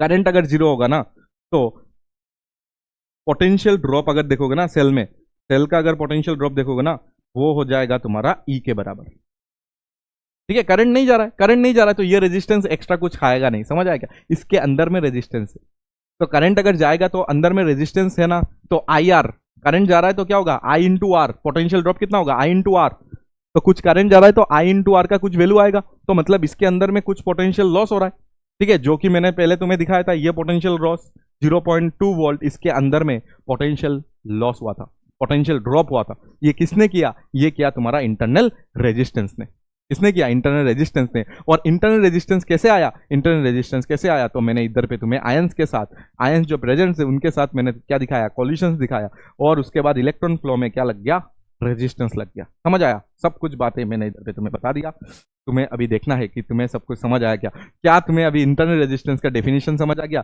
it is the resistance offered by, कौन, किसने ऑफर्ड किया, इलेक्ट्रोलाइट, ये जो इलेक्ट्रोलाइट सॉल्यूशन है उसने ही ऑफर किया, तो it is the resistance offered by the electrolyte solution in the flow of electron, या तो in the flow of current का फ्लो बोलो, या तो इलेक्ट्रॉन का फ्लो में एक रेजिस्टेंस ऑफर करता है, कौन, इलेक्ट्रोलाइटिक सॉल्यूशन या तो इलेक्ट्रोलाइट, ठीक है, उस रेजिस्टेंस को हम लोग क्या बोलते हैं, internal resistance of the battery या तो सेल। तो सेल, जो भी सेल तुम्हारे पास होगा उसमें एक अंदर में उसका इंटरनल रेजिस्टेंस होगा। सर इतना दिन क्यों बात नहीं किया, यस इतना दिन भी उसके पास रेजिस्टेंस रहता था, बट हम लोग आइडियल बैटरी या तो आइडियल सेल मान के सब क्वेश्चंस हम लोग ने किया था, बट कुछ कुछ क्वेश्चंस में तुम्हें बता के देंगे कि इसका इंटरनल रेजिस्टेंस 2 ओम है, 1 ओम है, तब तुम्हें इधर पे क्या करना पड़ेगा, उसको लेना पड़ेगा, ठीक है। तो ये होता है तुम्हारा इंटरनल रेजिस्टेंस का कहानी, ठीक है। और देखो अभी ये जो इंटरनल रेजिस्टेंस है ना, अच्छा इधर पे अभी देखो, मैं पहले दिखा देता हूं तुम्हें कि इंटरनल रेजिस्टेंस, सोचो मेरे पास एक सेल है, और ये हमेशा ऐसा लिखा रहता है 3 वोल्ट सोचो और 1 ओम ऐसा लिखा हुआ रहेगा, हमेशा हमेशा ऐसा लिखा हुआ रहेगा। और साथ में लेट्स से ये दिया हुआ है 5 ओम, कितना दिया है 5 ओम।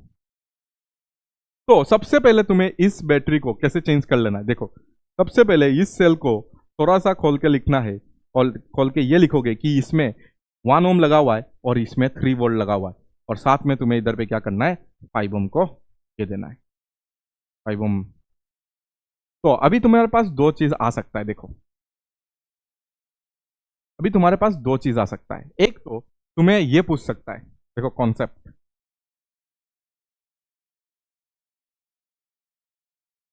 हाँ तुम्हें अभी एग्जाम में ये पूछ सकता है कि फाइंड, क्या पूछ सकता है, फाइंड आर इक्विवेलेंट। ठीक है, याद रखना आर इक्विवेलेंट अगर हमें निकालना है तो हमेशा वी विल, आर इक्विवेलेंट अगर निकालना है ना, फाइंड आर इक्विवेलेंट, याद रखना वी विल नॉट कॉन्सिडर, हमें कॉन्सिडर नहीं करना है, will not consider the value, या तो will not consider internal resistance of the battery. Internal resistance को कभी हमें क्या नहीं करना है, इंटरनल रेजिस्टेंस को कभी हमें क्या नहीं करना है, कॉन्सिडर ही नहीं करना है। अगर तुम्हें क्या निकालना है, आर इक्विवेलेंट निकालना है, will not consider internal resistance of the cell, cell का इंटरनल रेजिस्टेंस को ऑफ द सेल, सेल का इंटरनल रेजिस्टेंस को कभी तुम्हें क्या नहीं करना है, क्या नहीं करना है, कंसीडर नहीं करना है। अगर तुम्हें सिंपली क्या निकालना है, सिंपली अगर तुम्हें आर इक्विवेलेंट निकालना है, जैसे कि इसमें अगर देखोगे इसको इंक्लूड नहीं करना है तो सिर्फ और सिर्फ आर इक्विवेलेंट तुम्हारा कितना आ जाएगा, आर इक्विवेलेंट इधर पे आ जाएगा 5 ओम। सर इतना इजी, यस कुछ नहीं, तुम इधर पे वो कर दो, तुम्हें अगर लगता है कि ये तो सर इजी है, तुम क्या कर दो, इसमें से एक 10 लगा दो, समझ आ गया, इसमें से एक 10 लगा दो, अभी तो हो गया। तो अब बताओ आर इक्विवेलेंट कितना होगा, अब तो बता ही सकते हो आर इक्विवेलेंट कितना होगा। तो आर इक्विवेलेंट अगर अभी अभी तो 5 नहीं होगा क्योंकि एक पैरेलल में मैंने 10 ओम को ऐड कर दिया। तो मुझे बताओ अभी आर इक्विवेलेंट अगर देखो ना पैरेलल में होगा कितना, 5 और 10 पैरेलल में कितना होता है, 5 और 10 पैरेलल में 10/3 होता है, तो 10/3 ओम हो जाएगा, समझ आया। तो हमें आर इक्विवेलेंट अगर तुम देखोगे तो आर इक्विवेलेंट में हमें क्या कंसीडर नहीं करना है, इंटरनल रेजिस्टेंस को कंसीडर नहीं करना है। साथ ही साथ तुम्हें यह भी पता होना चाहिए कि अगर हमें अभी पूछ लिया फाइंड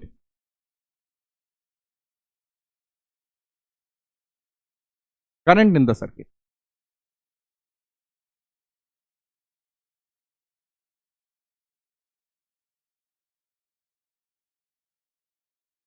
ठीक है, तो टोटल करंट भी निकालना है और साथ में हर एक जगह पे करंट निकालना है। तो इधर पे अभी तुम्हें यह समझना पड़ेगा कि ये बात अगर आया करंट निकालने के टाइम, वी विल कंसीडर, ठीक है, करंट अगर निकालना है तब कंसीडर करना है, विल कंसीडर, क्योंकि ये एक रेजिस्टेंस है, इंटरनली हो, ठीक है, इंटरनली होना क्यों, तुम में 1 ओम रेजिस्टेंस जो इधर पे लगा हुआ है, क्या लगा हुआ है, इंटरनल रेजिस्टेंस, उसको क्या करना पड़ेगा, कंसीडर करना पड़ेगा, क्योंकि वो करंट का वैल्यू को चेंज करवाएगा। तो we will consider internal resistance,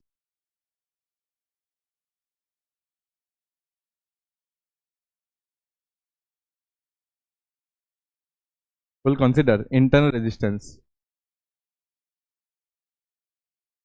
of the cell, cell का इंटरनल रेजिस्टेंस को लेना है। इसके वजह से करंट अगर निकालोगे तो हमें पता है V बाई आर, बट इधर पे अगर V देखोगे ना तो V मतलब इधर पे EMF है, तो EMF बाई आर के जगह में अगर तुम देखोगे ना तो आर इक्विवेलेंट मतलब ये हो गया आर इक्विवेलेंट या तो आर एक्सटर्नल, समझ आया, आर इक्विवेलेंट का मतलब आर एक्सटर्नल ही होता है हमेशा, एक्सटर्नल एक्सटर्नल रेजिस्टेंस को लेना पड़ता है, कभी इंटरनल रेजिस्टेंस नहीं लेते, इसलिए इधर आर एक्सटर्नल लिख रहा हूं, और साथ में इस बार आर को भी लेना पड़ेगा, मतलब इंटरनल रेजिस्टेंस को भी लेना पड़ेगा। मतलब इस बार देखोगे तो इसका जो भी आंसर आएगा इसके साथ ये क्या हो जाएगा, सीरीज में आ जाएगा ना, इसको हटा के एक रेजिस्टेंस लगाओगे तो ये सीरीज में आ जाएगा ना, तो सीरीज में क्या होता है, दोनों को प्लस करना होता है, बस सीरीज में आ जाएगा तो सीरीज में क्या करते हैं हम लोग, दोनों को प्लस करते हैं, ठीक है। तो हमारे पास जो भी चीज आ जाएगा, इसलिए जो आर आ जाएगा वो दोनों का प्लस में आ जाएगा। तो ये दिया हुआ है 3 और आर एक्सटर्नल अगर देखोगे तो 3 10/3 और इसको अगर देखोगे तो 1, तो ये आ जाएगा 9 और नीचे आ जाएगा तुम्हारा 13, ठीक है। तो ये हो जाएगा तुम्हारा करंट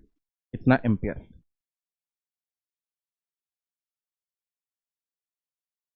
ठीक है, 9/13 एम्पियर हो जाएगा तुम्हारा करंट। तो एक एक चीज को तुम्हें समझना है इधर पे एक एक चीज को तुम्हें इधर पे समझना है। तो तुम अगर देखोगे तो तुम्हें ये समझ आया होगा कि ये आया था तुम्हारा 10/3 ओम, और साथ में मैंने तुम्हें ये बताया था कि इधर पे एक 1 ओम करके तुम्हारा इंटरनल रेजिस्टेंस लगा हुआ है, और इधर पे एक क्या लगा हुआ है, बैटरी लगा हुआ है, 3 वोल्ट का है।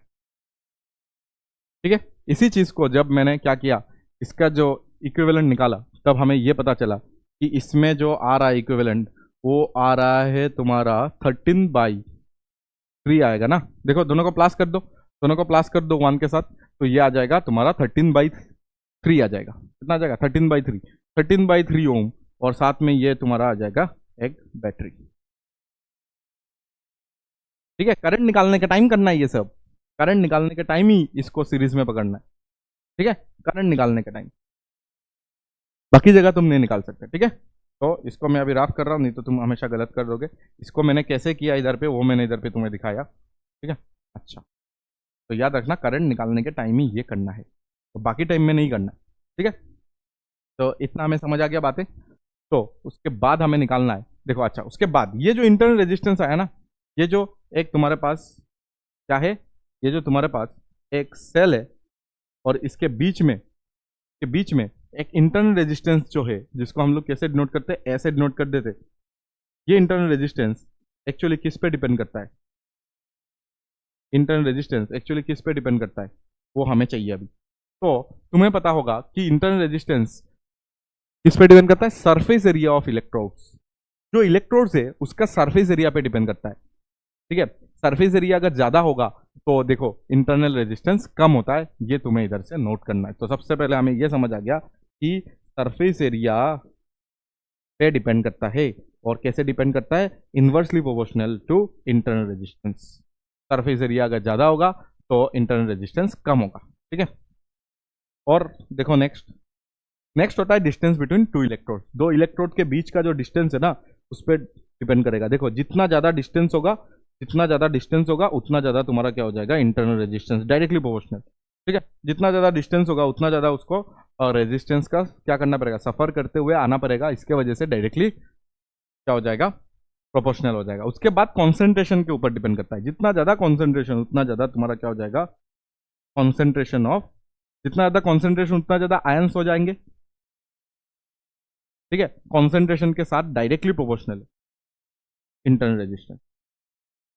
ठीक है, क्योंकि जितना ज्यादा कॉन्सेंट्रेशन उतना ज्यादा आयंस, और जितना ज्यादा आयंस उतना ज्यादा क्या हो जाएगा तुम्हारा, कोलिशन हो जाएगा, उतना ज्यादा ही क्या हो जाएगा, कोलिशन हो जाएगा। उसके बाद अगर तुम देखोगे टेम्परेचर किसके ऊपर डिपेंड करता है, टेम्परेचर के ऊपर। और टेम्परेचर के साथ अगर तुम देखोगे ना, तो इनवर्सली प्रोपोर्शनल है इंटरनल रेजिस्टेंस। मतलब इंटरनल रेजिस्टेंस इनवर्सली प्रोपोर्शनल है, इसका मतलब क्या है कि टेम्परेचर अगर तुमने इंक्रीज करवाया, टेम्परेचर अगर इंक्रीज होता है तो क्या हो जाएगा, कोई भी इलेक्ट्रोलाइट सॉल्यूशन क्या हो जाएगा, थोड़ा बहुत एक्सपांड हो जाएगा। इलेक्ट्रोलाइट सॉल्यूशन क्या हो जाएगा, एक्सपांड होना स्टार्ट होगा। एक्सपांशन होता है ना टेम्परेचर बढ़ाने से, तो एक्सपांशन होने से मतलब आयंस क्या हो जाएगा, दूर दूर चला जाएगा। आयंस क्या हो जाएगा, आयंस के बीच का जो डिस्टेंस है, आयंस के बीच का जो डिस्टेंस है वो क्या हो जाएगा, इंक्रीज हो जाएगा। और डिस्टेंस अगर इंक्रीज इंक्रीज हो गया, ठीक है, दो आयंस के बीच में अगर डिस्टेंस इंक्रीज हो गया, तो इलेक्ट्रॉन क्या हो जाएगा, बीच में से निकल जाएगा, तो रेजिस्टेंस कम सफर करना पड़ रहा है। लेकिन आयन अगर क्लोजली पैक होता है तो क्या होगा, इलेक्ट्रॉन को पूरा पोल्यूशन होके ही उसको निकालना पड़ेगा। अभी अगर टेम्परेचर तुमने इंक्रीज किया तो आयंस के बीच का जो डिस्टेंस है वो इंक्रीज हो गया, और वो अगर इंक्रीज हो गया तो इलेक्ट्रॉन को क्या मिल जाएगा, गैप्स मिल जाएंगे। क्या मिल जाएगा, गैप। तो इलेक्ट्रॉन को अगर गैप मिल गया तो उस गैप से इलेक्ट्रॉन का क्या हो जाएगा, फ्लो हो जाएगा, जिससे तुम्हारा इंटरनल रेजिस्टेंस क्या हो जाएगा, कम हो जाएगा। समझ आ गया, ये बात है एक। तो इंटरनल रेजिस्टेंस इधर पे कौन सा फैक्टर में डिपेंड करता है, ये बोर्ड एग्जाम के लिए बहुत इंपॉर्टेंट है। ठीक है, और तुम्हारा एंट्रेंस के लिए भी बोल सकते हो इंपॉर्टेंट है, क्योंकि डायरेक्ट तुम्हें ऑप्शन से पूछ सकता है ये। उसके बाद चलो आगे, आगे तुम देखो द टर्मिनल पोटेंशियल डिफरेंस हमें समझना है। तो चीज़ है टर्मिनल पोटेंशियल डिफरेंस, मतलब क्या है, देखो टर्मिनल पोटेंशियल डिफरेंस का ये मतलब होता है कि ये एक तुम्हारे पास क्या है, ये एक हमारे पास सेल है ना, ये सेल के दो एंड्स, अगर ए और ये मैं भी लिखता हूं, दो एंड्स के बीच में कितना पोटेंशियल डिफरेंस है, दैट इज टर्मिनल वोल्टेज, क्या बोल सकते हो, टर्मिनल वोल्टेज को हम लोग V से डिनोट करते हैं। किससे डिनोट करते हैं? V से। और इसका V कितना होगा, जैसे कि इसका EMF E होता है, EMF कितना होता है? E होता है, मतलब जब करंट फ्लो नहीं होता है तब मैक्सिमम पोटेंशियल इसका कितना होगा? E होगा। तो तुम्हें ये बताना है, तुम्हें क्या बताना है? ये बताना है कि ये सेल के टर्मिनल्स में, ठीक है, सेल के टर्मिनल्स के सेल के टर्मिनल्स में कितना पोटेंशियल डिफरेंस है, that is your terminal voltage, that is your terminal voltage. तो इसके बीच में तुम्हारे पास कितना पोटेंशियल डिफरेंस है, उसको हम लोग क्या बोलेंगे? Terminal potential. तो लेट्स से इसमें करंट कितना जा रहा है? आई। लेट्स से इससे करंट कितना जा रहा है? आई जा रहा है ना, इससे करंट कितना जा रहा है? लेट्स से आई जा रहा है, लेट्स से इससे करंट कितना जा रहा है? आई जा रहा है। तो अगर आई करंट इससे जा रहा है तो तुम इधर से निकाल सकते हो क्या मैं पाथ इधर बना लूं? यस, देखो मैंने पाथ इधर पे बना लिया और मैं इधर पे एक बार केवीएल का यूज कर रहा हूं। क्या यूज कर रहा हूं? केवीएल। तो मुझे बताओ, अगर मैं वी से स्टार्ट करूं तो वी हो जाएगा, और in the direction of current जाओगे तो नेगेटिव आई लेना पड़ता है, ठीक है, नेगेटिव आई हो गया। और फिर इधर देख, इधर नेगेटिव से पॉजिटिव जा रहा हूं, नेगेटिव से अगर पॉजिटिव जाओगे तो अच्छा हुआ है ना तुम्हारे साथ, तो प्लस ई हो गया। और फिर मैं कहां पे जा रहा हूं? वी ए तक जा रहा हूं, ठीक है। इधर से अगर तुम देखोगे तो तुम्हारे पास क्या आ जाएगा? तुम्हारे पास वी ए माइनस वी क्या आ जाएगा? वी ए माइनस वी का वैल्यू अगर तुम देखोगे तो तुम्हारे पास आ जाएगा ई माइनस आई आर। क्या आ जाएगा? ई माइनस आई आर। और वी ए माइनस, तो हम लोग टर्मिनल पोटेंशियल का नाम दिया था ना, यही होता है तुम्हारा टर्मिनल पोटेंशियल डिफरेंस, ठीक है। और ये टर्मिनल पोटेंशियल को हम लोग ने क्या सिंबल दिया था? वी दिया था। क्या दिया था? वी दिया था। तो इसका जो वी आता है ना, वी का एक फॉर्मूला आता है, that is E minus I R. क्या आता है? E minus I R. For this condition it will be E minus I R, E minus I R, E minus I R. जो एग्जाम्पल मैंने दिया था वो भी तुम इधर पे समझ सकते हो। एग्जाम्पल जो मैंने दिया था कि ये सेल था हमारे पास और ये इसका इंटरनल रेजिस्टेंस होगा 1 ओम लेट्स से, और ये 1.5 वोल्ट है लेट्स से, और इसमें एक रेजिस्टेंस लगा हुआ था, ठीक है। ये रेजिस्टेंस लेट्स से 10 ओम का है। कितना है? 10 ओम। तो ये चेंज कर लेते, 10 नहीं 9 दे देते, 9 को 9 दे देते, इसको 9 ओम दे देते, और इसको मैं 10 एम्पियर दे देता हूँ, 10 वोल्ट दे देता हूँ, ठीक है। अच्छा, इस एग्जाम्पल में तुम मुझे ये बताना, इस एग्जाम्पल में तुम मुझे ये बताओ कि करंट कितना आएगा सर्किट में? सर्किट में करंट तो आएगा sir voltage divided by resistance, ये दोनों रेजिस्टेंस सीरीज में है, तो 10 आ जाएगा, 1 एम्पियर का करंट आएगा। ये समझ आता है? 1 एम्पियर का करंट आएगा। और तुम्हें ये लगता है ना कि ये बैटरी का पोटेंशियल जो है वो 10 वोल्ट है, तो यही 10 वोल्ट इसको देना चाहिए, पूरा 9 जो ओम है उसको पूरा 10 वोल्ट देना चाहिए, बट पूरा 10 वोल्ट तो दे नहीं पाएगा। क्यों? क्योंकि ये इंटरनल रेजिस्टेंस कुछ ना कुछ क्या कराएगा? लॉस करवाएगा। समझ आया मैंने क्या बोला? कि ये 1 ओम ने, ये 1 ओम कितना पोटेंशियल ड्रॉप करवाएगा वो निकाल सकते हो क्या? आई आर देखो, आई कितना निकला इधर से? 1 एम्पियर। आई कितना निकला इधर से? 1 एम्पियर। वही 1 एम्पियर क्या होगा? इधर से भी पास होगा। वही 1 एम्पियर क्या होगा? इधर से भी पास होना स्टार्ट होगा, ठीक है। ये 1 एम्पियर जो इसमें गया होगा तो पोटेंशियल डिफरेंस इसमें कितना क्रिएट किया होगा, या तो पोटेंशियल ड्रॉप इसने कितना खाया होगा?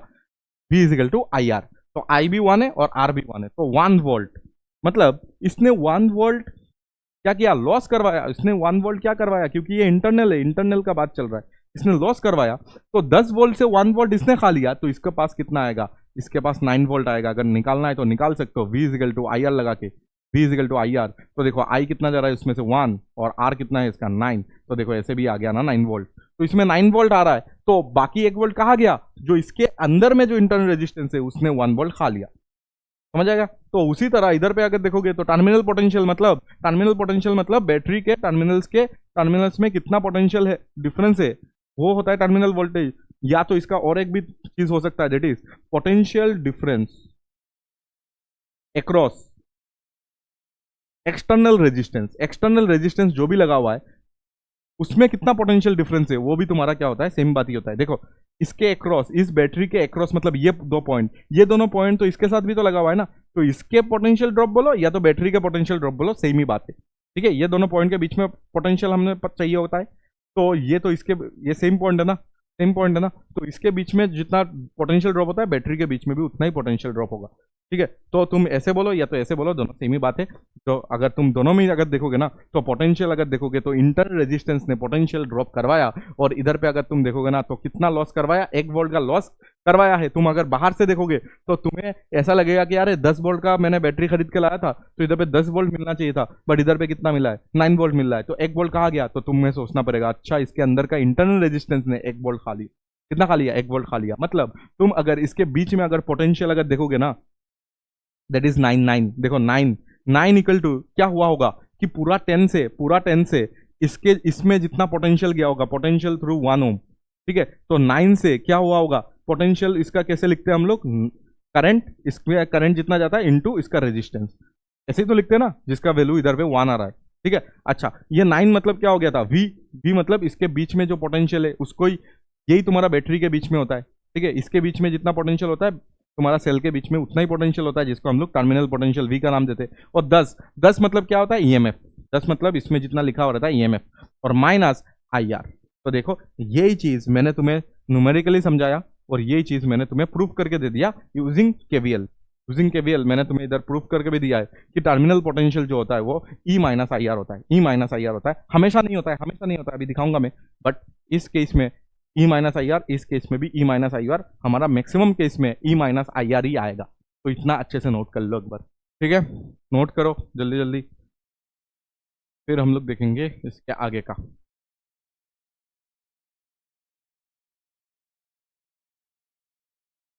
देखो रिलेशन जो मैंने अभी तुम्हें प्रूफ करवा के दे दिया, वही चीज इधर पे लिखना है।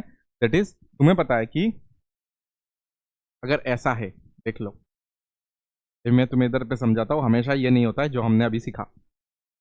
अगर करंट पॉजिटिव टर्मिनल से निकल रहा है, ठीक है, कोई भी सेल का, तो इस सेल को, ये जो सेल है ना, तो हम लोग बोलते हैं डिस्चार्जिंग सेल। क्या बोलते हैं, डिस्चार्ज हो रहा है। जो भी तुम्हारा सेल है, बैटरी है, वो क्या हो रहा है, डिस्चार्ज हो रहा है। डिस्चार्ज का मतलब होता है कि पॉजिटिव टर्मिनल से, पॉजिटिव टर्मिनल जो है ना, उससे उससे करंट का जो डायरेक्शन है वो निकलता हुआ दिखेगा तुम्हें। क्या हो रहा है, कमिंग आउट। करंट क्या होगा, दिखेगा तुम्हें कि कमिंग आउट दिखेगा। ठीक है, हमेशा हमेशा ये दिखेगा। अच्छा, और तुम्हारे पास ये भी हो सकता है, ठीक है, बहुत सारा बैटरी में ये भी दिखेगा कि करंट इधर जा रहा है, तो लोग बोलते हैं अरे सर ये तो गलत आपने दे दिया, ऐसा हो ही नहीं सकता सर, पॉजिटिव में करंट चले जाए। ऐसा हो सकता है, लोगों को लगता है कि सर ये तो गलत है, ये तो आप गलत बोल रहे हो कि करंट तो जाएगा ही नहीं पॉजिटिव में। अरे जाता है, पॉजिटिव से करंट ऐसे निकल रहा है, तो मतलब डिस्चार्जिंग बैटरी है ये, या तो सेल है। और अगर यही सेल अगर तुम देखोगे ना, यही सेल हमारे पास क्या हो जाएगा, चार्जिंग फॉर्म में हो जाएगा, मतलब वो अभी चार्ज हो रहा है। ठीक है, ये अभी क्या हो रहा है, चार्जिंग बैटरी। तो चार्जिंग में क्या होगा, चार्जिंग में हमेशा पॉजिटिव टर्मिनल, हमेशा अगर पॉजिटिव टर्मिनल देखोगे ना, हमेशा पॉजिटिव टर्मिनल में करंट आते हुए दिखेगा। तब करंट का डायरेक्शन अगर तुम देखोगे तो क्या दिखेगा, एंटरिंग। ठीक है, हमेशा क्या होगा, एंटरिंग दिखेगा तुम्हें पॉजिटिव टर्मिनल से। और कमिंग अगर दिखे, उससे अगर निकलते हुए दिखे, कमिंग आउट। ठीक है, और एंटरिंग ना लिख के इधर लिख देता हूँ कमिंग इन। ठीक है, इन अगर हुआ तो मतलब ये क्या हो गया, पॉजिटिव टर्मिनल में इन हो रहा है, इसका मतलब ये चार्जिंग बैटरी है। दोनों केस सही है, बट इसमें अगर तुम देखोगे, ठीक है, कौन सा, डिस्चार्जिंग, यही हमारे पास ज्यादातर केसेस में होते हैं, ज्यादातर डिस्चार्जिंग होता हो। तो डिस्चार्जिंग केस में अगर तुम देखोगे तो हम लोग लिखते हैं V is equal to E minus I R. लेकिन चार्जिंग कंडीशन में ये क्या हो जाता है, ये फॉर्मूला थोड़ा सा चेंज हो जाएगा। चेंज तो जरूरी है, ये तो चार्ज हो रहा है अभी। तो चार्जिंग केस में यही formula V is equal to E plus I R हो जाता है, ई प्लस आई आर हो जाता है। ठीक है, इसमें मतलब टर्मिनल पोटेंशियल जो भी है वो कितना मिलेगा, टर्मिनल पोटेंशियल जो भी है वो कितना मिलेगा, कि पहले जितना था, जितना तुम्हारा ईएमएफ है उससे कितना तुम्हारा किसने खा लिया, इंटरनल रेजिस्टेंस ने कितना पोटेंशियल खा लिया, that is your terminal potential. लेकिन जब चार्जिंग हो रहा होगा ना, तब क्या होगा, तब प्लस आई आर, मतलब टर्मिनल पोटेंशियल तब तुम अगर निकालोगे तो क्या होगा, V is equal to E plus I R होगा। मतलब पहले तो इसको चार्ज करो ई से, तो मैंने बताया ठीक है ई दे दिया, और साथ में ये भी तो खाएगा ना, इस बार तुम्हें ज्यादा देना पड़ेगा। पहले तुम्हें कम देना पड़ रहा था पोटेंशियल, इस बार तुम्हें क्या देखो, इसमें इसमें जो भी तुम्हारा टर्मिनल पोटेंशियल है कम मिल रहा था, बाहर से देखोगे कम मिल रहा है। अभी अगर तुम देखोगे तो इसमें टर्मिनल पोटेंशियल देखो ई प्लस आई आर आ रहा है, ज्यादा आ रहा है। और इतना अगर बात ना करके मैं अगर इधर से किरचॉफ लॉ लगा दूं ना, तो एक सेकंड में हो जाएगा।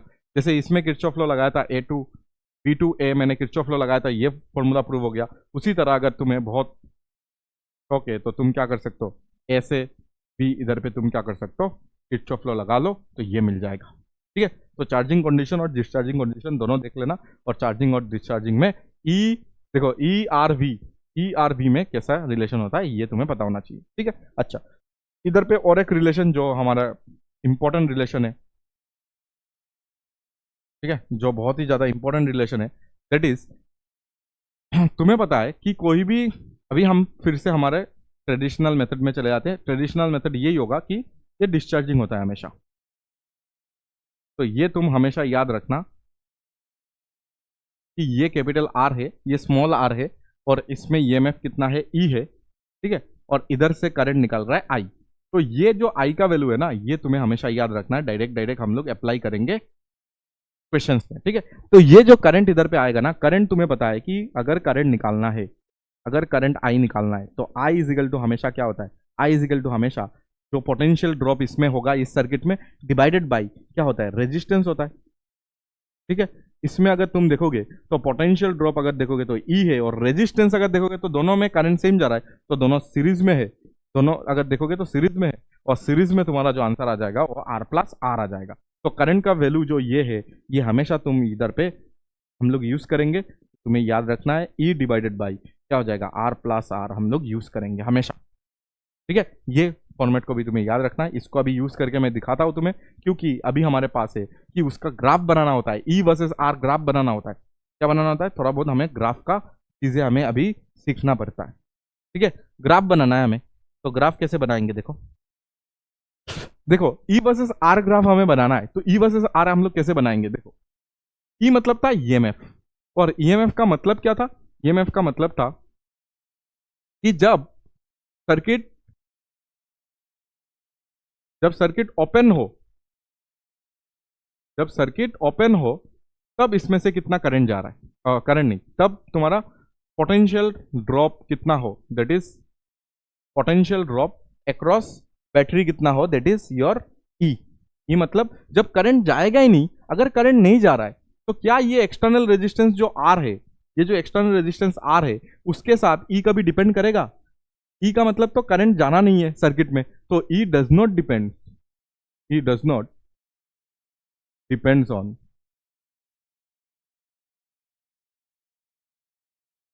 आर। ठीक है, एक्सटर्नल एक्सटर्नल रेजिस्टेंस में वो डिपेंड ही नहीं करता।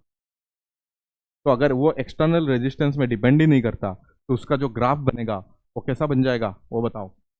जो ग्राफ बनेगा ना, वो ग्राफ ऐसा बन जाएगा, क्या वर्सेस क्या, E versus R graph. External resistance के साथ ई का कोई डिपेंडेंसी नहीं है, डिपेंडेंसी नहीं है। ठीक है, जो तुम इधर पे v इजिकल टू क्या लिखते हो, ई माइनस आई आर लिखते हो, इसमें अगर तुम देखोगे ना इधर पे तुम्हें कहीं पे कैपिटल आर नहीं दिख रहा है, बट आएगा फिर भी इसमें आएगा।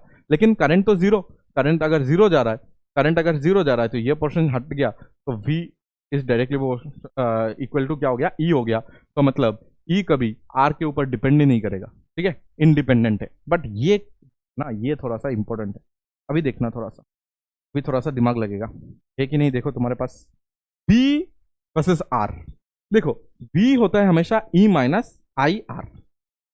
I के जगह में क्या हम लोग V बाई आर बिठा सकते हैं, हमेशा V बाई आर बिठा सकते हैं क्या, इधर इधर से देख सकते हो, देखो इधर से करंट I निकल रहा होगा, करंट I निकल रहा होगा, करंट I निकल रहा होगा, करंट I गया होगा, ये इसको क्लोज कर देते तो करंट I गया होगा, करंट I गया होगा, ये इंटरनल रेजिस्टेंस R होगा। तो इस जगह में ये या तो इस बैटरी के एक्रॉस जितना भी पोटेंशियल होता है उसको V बोलते, तो V बोलते ना, V किसको बोलते, इसके अक्रॉस में जितना पोटेंशियल ड्रॉप है या तो इसके अक्रॉस में जितना पोटेंशियल ड्रॉप है, तो ये जो V होगा इसके अक्रॉस में जितना V होगा उस V को मैं क्या IR लिख सकता हूं, क्योंकि देखो I जा रहा है इसमें और R कैपिटल R, तो V is equal to IR लिख सकता हूं, तो I is equal to V by R लिख सकता हूं, V is equal to IR लिख सकता हूं।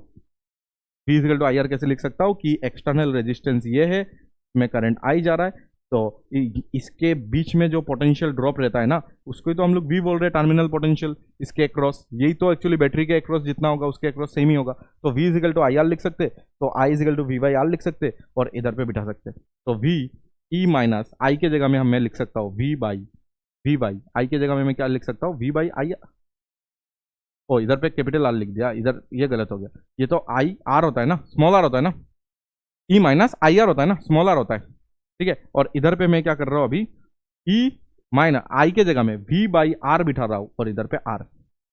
उसके बाद मैं क्या कर रहा हूं, V plus V by R equal to मैं क्या कर रहा हूं E लिख रहा हूं, समझ आ गया बात। तो इधर पे मुझे अभी पता चल गया कि E के जगह में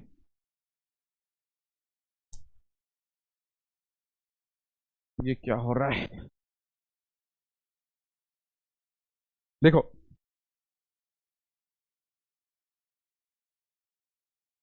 तो हमें यह पता चल गया कि इस E के जगह में, इस E के जगह में हम लोग क्या लिख सकते, हम लोग लिख सकते हैं, देखो V कॉमन ले लो, V कॉमन ले लो, हमें अभी रिलेशन चाहिए V और R में, तो V कॉमन ले लो, तो ये आ जाएगा 1 प्लस R बाई R आ जाएगा, ठीक है। इधर से अगर V लिखना है तुम्हें, V और R में चाहिए तो V लिखना है, तो E by 1 plus R by R ऐसा लिख सकते क्या, बोलो ऐसा लिख सकते क्या, सही है। तो ये जो तुम्हारे पास जो पोटेंशियल है, ये जो तुम्हारे पास पोटेंशियल है, तो इस पोटेंशियल को, इस पोटेंशियल और रेजिस्टेंस का देखो एक रिलेशन मैंने डिराइव किया है, ठीक है।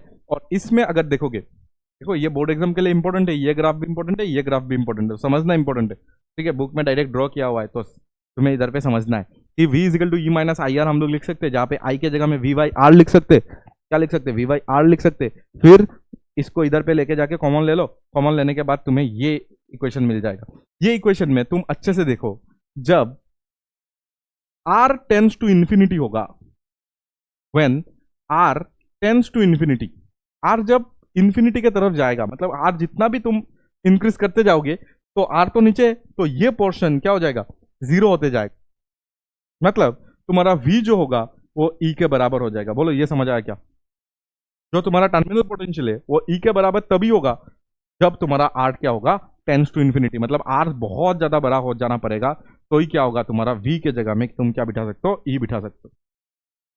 ये हमेशा समझ नहीं आता है, ये इक्वेशन तक आना पड़ेगा, और ये इक्वेशन तक लाने के बाद तुम्हें V वर्सेस R अगर ग्राफ बनाना है तो R का वैल्यू जब इन्फिनिटी होगा तभी तुम्हारा क्या होना चाहिए, देखो ऐसे ऐसे ऐसे ऐसे ऐसे जाके देखो R ऐसे इन्फिनिटी, R देखो इन्फिनिटी की तरफ जा रहा है, तब जाके तुम्हारा क्या होगा, तब जाके तुम्हारा क्या होगा, V का वैल्यू E के बराबर होगा, V का वैल्यू क्या हो जाएगा, E के बराबर होगा। V इजिकल टू E तभी तुम लिख सकते हो जब R क्या हो जाएगा, इन्फिनिटी, देखो R इन्फिनिटी की तरफ जा रहा है, R जब इन्फिनिटी चला जाएगा तब जाके V इक्वल टू E तुम लिख सकते हो, और उसके पहले तक देखो इंक्रीज होगा, उसके बाद R का वैल्यू इन्फिनिटी होना चाहिए, तो ही जाके तुम्हारा क्या होगा, V का वैल्यू E आएगा। तो ये भी ग्राफ आई होप तुम्हें समझ आ गया होगा, ठीक है। लेकिन एंट्रेंस के लिए ये ग्राफ इंपॉर्टेंट है, दिस V वर्सेस I, ठीक है। ये तुम्हारा ओम्स लॉ को वैलिड तो नहीं कर रहा है, ठीक है, ये ओम्स लॉ वाला ग्राफ मत बना देना सर, V वर्सेस I तो ओम्स लॉ वाला ग्राफ बनेगा, तुम्हें इधर पे इंटरनल रेजिस्टेंस लेना है तो ओम्स लॉ को अभी इधर पे फॉलो नहीं करेगा ये, ठीक है। क्यों, देख लो, क्योंकि V वर्सेस I ग्राफ ये ओरिजिन से स्टार्ट भी नहीं होता है, स्ट्रेट लाइन होता है बट ओरिजिन से स्टार्ट नहीं होता है, देख लो कैसे। हमें पता क्या है, हमें ये पता है कि V is equal to E minus IR, यही हमें पता है डिस्चार्जिंग का कंडीशन। इधर से अगर तुम कंपेयर करोगे, मैं कंपेयर करना पड़ेगा, इसको y एक्सिस में लिखा तो y मान लो, इसको देखो y एक्सिस में मैंने v लिखा ना, तो इसको y मान लो, और मैंने देखो x एक्सिस में i को लिखा, x एक्सिस अगर i को लिखा तो ये x एक्सिस हो गया, x एक्सिस हो गया, और x के आगे जो भी लिखा हुआ रहता है वो m होता है, m, और ये जो भी चीज है ये तुम्हारा c हो जाएगा, प्लस c। तो y is equal to mx plus c के साथ इसको अगर कंपेयर करोगे तो तुम्हें ये मिलेगा कि इसका जो स्लोप है ना, इस ग्राफ का जो स्लोप होगा, स्लोप, इस इक्वेशन को देखो, स्लोप होगा नेगेटिव, पहली बात। और नेगेटिव में क्या होगा, नेगेटिव में अगर तुम देखोगे ना तो इंटरनल रेजिस्टेंस का वैल्यू आ रहा है नेगेटिव में। देखो देखो नेगेटिव में क्या आ रहा है, इंटरनल रेजिस्टेंस के बराबर आ रहा है। देखो एक्स एक्सिस में कौन है, आई है ना, तो आई के साथ क्या लगा हुआ है, आई के साथ जो भी होता है, देखो एक्स एक्सिस तो आई हो गया, आई के साथ जो भी लिखा रहता है वो स्लोप होता है, एम मतलब स्लोप। तो स्लोप इधर पे माइनस आई आर के बराबर है, माइनस आर के बराबर है। ठीक है, इस ग्राफ का जो भी स्लोप आएगा वो माइनस आर के बराबर आएगा। और इसमें अगर इंटरसेप्ट देखोगे, वाई इंटरसेप्ट अगर देखोगे तो वाई इंटरसेप्ट आएगा तुम्हारा सी, सी बोलते हैं इसको, सी इधर अगर देखोगे तो ईएमएफ के बराबर आएगा। तो मतलब वाई एक्सिस में जो इंटरसेप्ट आ रहा है वो सी के बराबर आता है, फिर सी के बराबर में हमारा कितना आया है, ई आया है। ठीक है, और स्लोप आया जो आया ना वो नेगेटिव स्लोप आया है। नेगेटिव स्लोप मतलब क्या हो जाएगा, ऐसे। ठीक है, ये हो जाएगा तुम्हारा ग्राफ, ये हो जाएगा तुम्हारा ग्राफ। और इस ग्राफ में जब ई का वैल्यू जीरो हो जाएगा, ई का वैल्यू जीरो कर दो तो आई का वैल्यू हो जाएगा वी बाई आर हो जाएगा, क्या, आई का वैल्यू वी बाई आर हो जाएगा। सही है, सही लिखा। ई का वैल्यू जब जीरो कर दोगे ना तो आई का वैल्यू क्या हो जाएगा, ई का वैल्यू जीरो कर दो तो माइनस में आएगा, तो नेगेटिव इज द स्लोप, तो ऐसा कुछ आ जाएगा।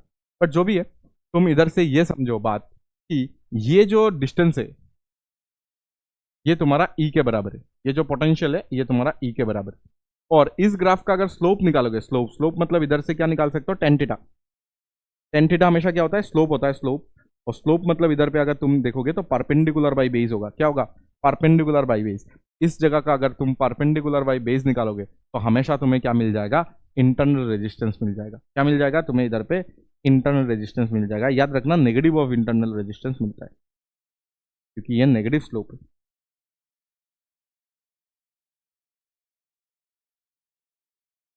ठीक है, ये बात था इधर पे, अच्छे से एक बार देख लो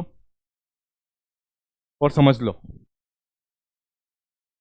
ठीक है, ये देखो नेगेटिव स्लोप वाला ग्राफ बनाया मैंने, और क्योंकि वाई इंटरसेप्ट में तुम्हारा कुछ वैल्यू थे, क्या वैल्यू है, ई वैल्यू है, तो मैंने ई बिठा दिया इधर। जब करंट का वैल्यू जीरो होगा, देखो करंट का वैल्यू जब जीरो होगा तो वी का वैल्यू ई होता है ना, तो करंट का वैल्यू जब जीरो है तो वी का वैल्यू देखो ई है। ठीक है, और जब तुम्हारा क्या हो जाएगा, ई जब जीरो हो जाएगा, ई जब जीरो हो जाएगा, ई को जीरो कर दो तो करंट का वैल्यू अगर देखोगे तो कितना आ जाएगा, वी बाई आर आ जाएगा। नेगेटिव आ रहा है सिर्फ स्लोप की वजह से और कुछ नहीं। ठीक है, ऐसा कुछ ग्राफ तुम्हें देखने को मिलेगा, याद रखना। एक्चुअली ये स्लोप नहीं आता है, एक्चुअली स्लोप तो आता है ये आता है। ये एंगल निकालने से हम लोग क्या करते हैं, ये एंगल को हम लोग बोलते हैं स्लोप। बट एक्चुअली हमारे पास ये निकालने का तरीका नहीं रहेगा। तरीका ये होगा कि ये एंगल निकाल दो, ये एंगल, और ये एंगल के पहले एक नेगेटिव लगा दो, नेगेटिव लगा दो तो क्या बन जाएगा, ये एंगल बन जाएगा। ठीक है, यही होता है, पहले भी मैंने तुम्हें सिखाया था ये सब। ठीक है, जब भी चाहिए होता है मैं सिखा देता हूँ कि नहीं। ओके, तो इधर से ही अगर एक क्वेश्चन तुम्हें अगर पूछा जाए कि हमारे पास एक ग्राफ है,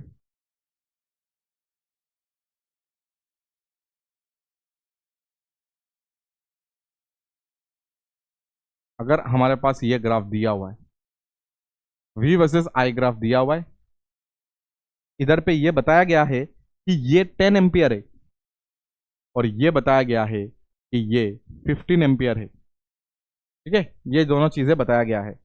तुम्हें इधर से ये पूछा है कि find EMF of the cell, find EMF of the cell, cell का ईएमएफ निकालना है तुम्हें। तुम्हें ये पूछा है find internal resistance of the cell, internal resistance पूछा है।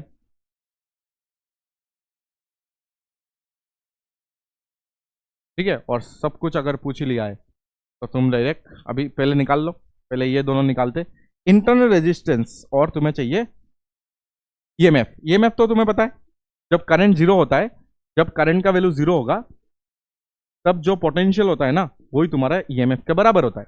जब करंट जीरो होगा तब जितना तुम्हारा पोटेंशियल क्या होता है, जितना तुम्हारा पोटेंशियल होता है, देखो करंट जीरो कहाँ पे हो रहा है, करंट जीरो यहाँ पे हो रहा है। ठीक है, करंट का वैल्यू जीरो देखो इधर पे, तो करंट जहाँ पे जीरो है उधर पोटेंशियल का वैल्यू जितना होता है, तो ये एम्पियर क्यों लिख दिया रे, ये वोल्टेज लिखो, वोल्टेज। ठीक है, ये वोल्ट है, वोल्ट। यही वोल्ट तुम्हारा क्या हो जाएगा, ईएमएफ के बराबर हो जाएगा। तो 1 का आंसर तो आ गया सर। ईएमएफ अगर चाहिए जब करंट जीरो है तब ग्राफ में देखो वोल्टेज का वैल्यू क्या होगा, तब देखो करंट जब जीरो है तब वोल्टेज का वैल्यू जो है वही तुम्हारा क्या हो जाएगा, ईएमएफ के बराबर हो जाएगा। ठीक है, तो 15 वोल्ट है तो आंसर 15 वोल्ट आ गया। लेकिन इंटरनल रेजिस्टेंस अगर निकालना है तो तुम्हें पता है कि स्लोप ऑफ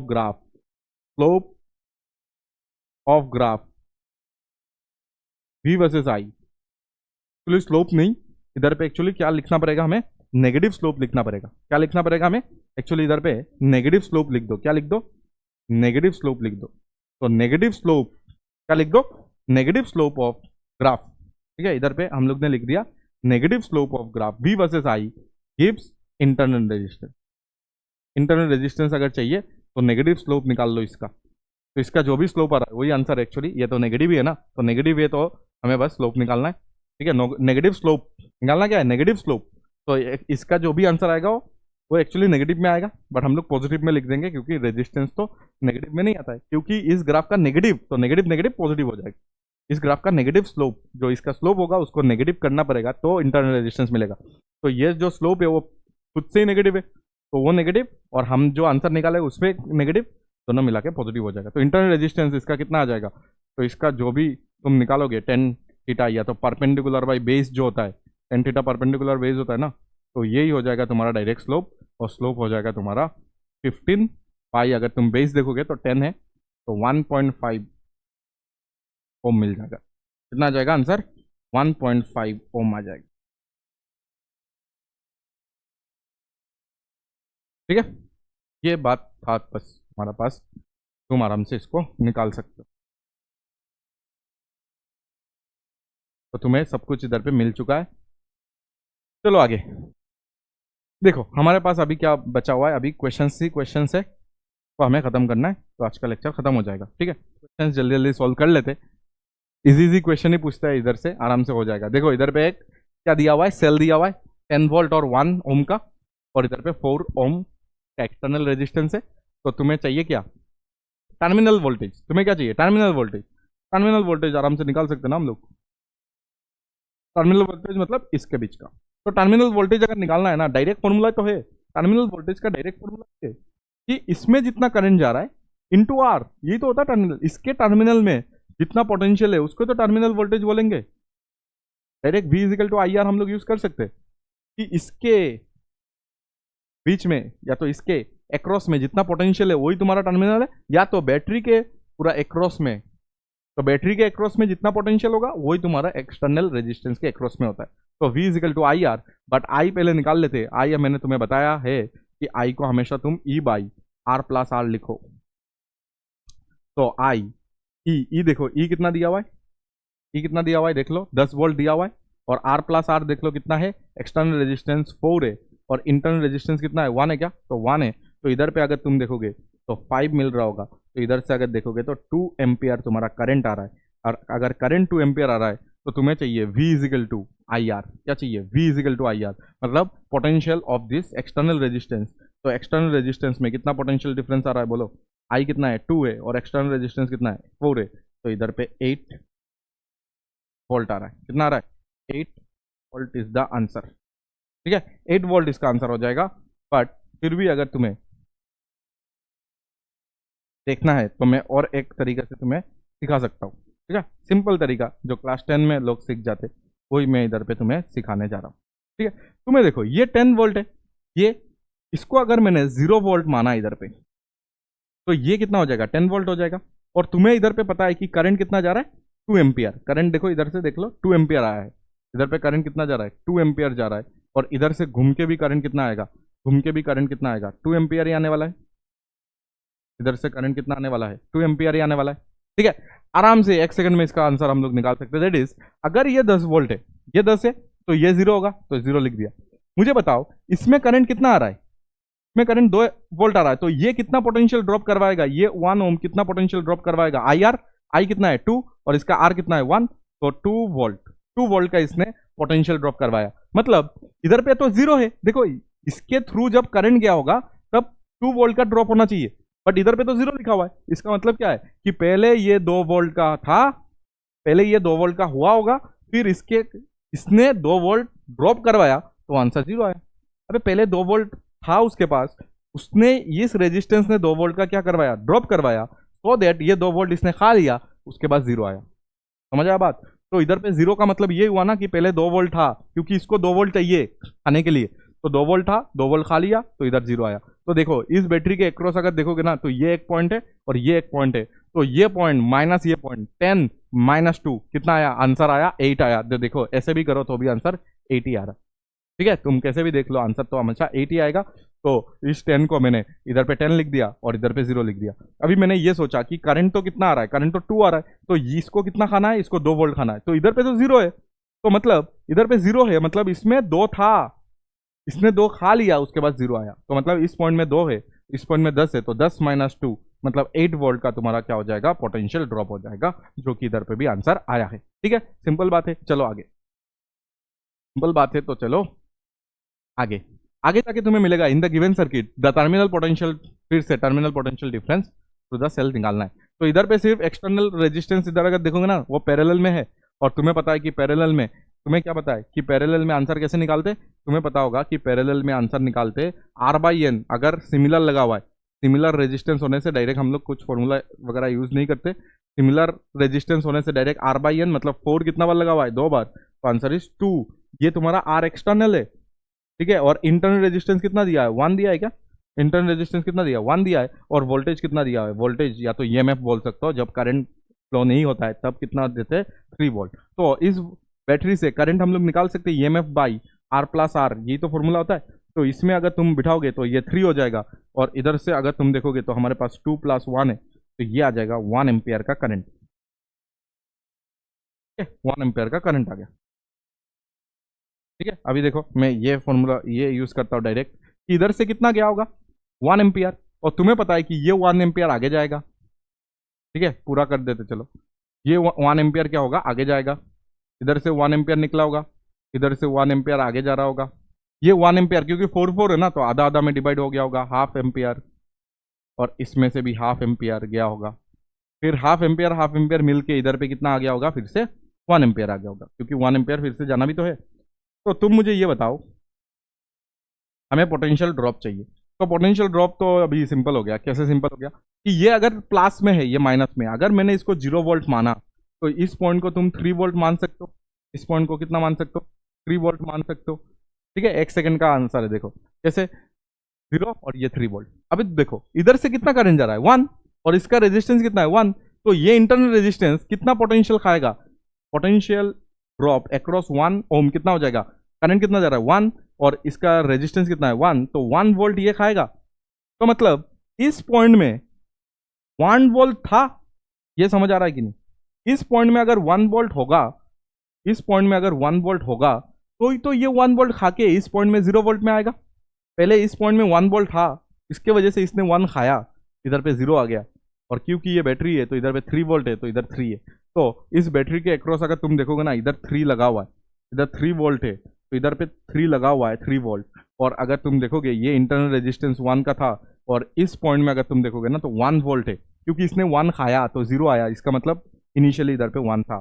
तो इधर पे अगर तुम पोटेंशियल डिफरेंस देखोगे, या तो टर्मिनल पोटेंशियल अगर देखोगे ना, तो वो कितना हो जाएगा, 3 - 2 वोल्ट। ठीक है, इजी है, या तो तुम डायरेक्ट यूज करो, दैट इज V = IR। ठीक है, मतलब IR मतलब एक्सटर्नल रेजिस्टेंस में जितना ड्रॉप है वही, तो कितना करंट जा रहा है, कितना करंट जा रहा है, करंट कितना निकला है, 1 निकला है ना, 1, और एक्सटर्नल रेजिस्टेंस कितना आया है, 2 आया है, 2, तो इंटू 2, तो कितना आ जाएगा, 2 वोल्ट। ऐसे भी कर लो, नहीं तो जो लास्ट क्वेश्चन में मैंने दिखाया था ना, उससे समझ के ऐसे भी कर सकते हो, कि जो एक्सटर्नल रेजिस्टेंस ने जितना वोल्टेज खाया वही तुम्हारा एक्चुअली सेल का एक्रॉस होता है, सेल का एक्रॉस जो वोल्टेज होता है वही तुम्हारा एक्सटर्नल रेजिस्टेंस खाते। तो एक्सटर्नल रेजिस्टेंस कितना खाता है, एक्सटर्नल रेजिस्टेंस खाता है V = IR। आई उसमें कितना जा रहा है, उसमें आई जा रहा है 1, क्योंकि 1 निकला है, और एक्सटर्नल रेजिस्टेंस मिला के कितना है, 2 है, तो 2 से इंटू कर दो तो 2 वोल्ट हो जाए। ठीक है, सिंपल बात है। चलो आगे हमें निकालना है, एक सेल है of EMF 4 volt and internal resistance 5 ohm is connected to 7.5 ohm external resistance, the terminal potential difference across the cell. पहले इसको बना लेते कि हमारे पास एक EMF है, कितना है, 4 वोल्ट, और इसमें एक इंटरनल रेजिस्टेंस लगा हुआ है, और वो इंटरनल रेजिस्टेंस कितना है, 0.5 ओम का है, ठीक है। और इसमें एक इंटरनल रेजिस्टेंस था, अभी हमें क्या यूज करना है, एक्सटर्नल रेजिस्टेंस। एक्सटर्नल रेजिस्टेंस कितना है, पॉइंट है क्या, 7.5 का है, 7.5 ओम का है, ठीक है। इतना में समझ आ गया, इजी बात है। तो ये सर्किट मैंने बना दिया। तो हमें अभी चाहिए कि potential difference across the cell कितना होगा। Potential difference across the cell अगर निकालना है तो मतलब हमें टर्मिनल पोटेंशियल निकालना है। तो पहले करंट निकाल लो, करंट के बिना तो होगा नहीं। तो करंट निकालने के लिए ये सीरीज में दिख रहा है, ये दोनों सीरीज में हो जाएगा। तो करंट जो आएगा वो आ जाएगा ई आर प्लस आर, दोनों सीरीज में है ना, इसलिए आर प्लस आर। और ये जो आ रहा है वो आ रहा है तुम्हारा 4 वोल्ट दिया हुआ है। और तुम अगर देखो आर प्लस आर मतलब 7.5 प्लस कितना हो जाएगा, 0.5 हो जाएगा। 7.5 प्लस कितना हो जाएगा, 0.5 हो जाएगा। तो 4 बाई कितना हो जाएगा, 8 हो जाएगा। 4/8 मतलब कितना हो जाएगा, हाफ हो जाएगा। हाफ मतलब 0.5 एम्पियर का करंट जा रहा है। तो 0.5 एम्पियर का करंट अगर इधर से निकल रहा है, इसका मतलब इधर से 0.5 एम्पियर का करंट निकल रहा है।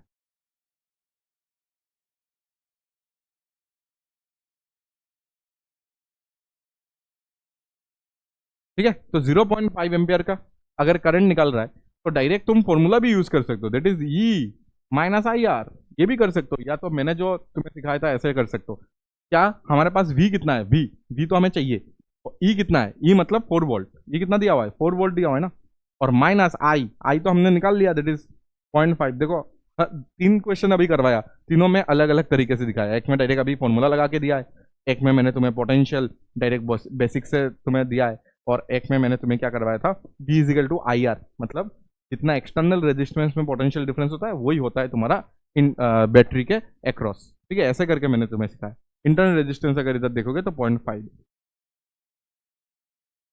सही है ना, सब कुछ सही है। तो इधर पे 4 माइनस 0 पॉइंट कितना आएगा, 25 आएगा। तो इधर से आ जाएगा 3.75 वोल्ट हो जाएगा आंसर। ठीक है, ये हो जाएगा आंसर। ठीक है, इसको ही तुम क्या डायरेक्ट कर सकते हो, v is equal to I R लगा के, कि इसने जितना खाया वही आंसर है। तो ये कितना खाएगा देख लो, ये इसने जितना पोटेंशियल खाया वही इसके बीच का पोटेंशियल होगा। तो ये कितना खाया, आई कितना जा रहा है इसमें 0.5, और आर कितना है इसका, आर है 7.5।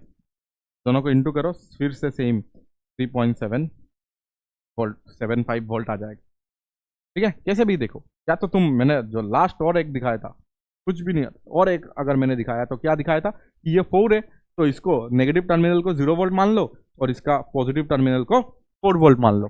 ठीक है, अभी क्या होगा देखो, इसके अंदर अगर तुम देखोगे ना, ये कितना पोटेंशियल ड्रॉप करवाएगा, 0.5 ओम जो है वो कितना पोटेंशियल ड्रॉप करवाएगा, 0.5 इंटू 0.5 आई आर, तो ये हो जाएगा 0.25।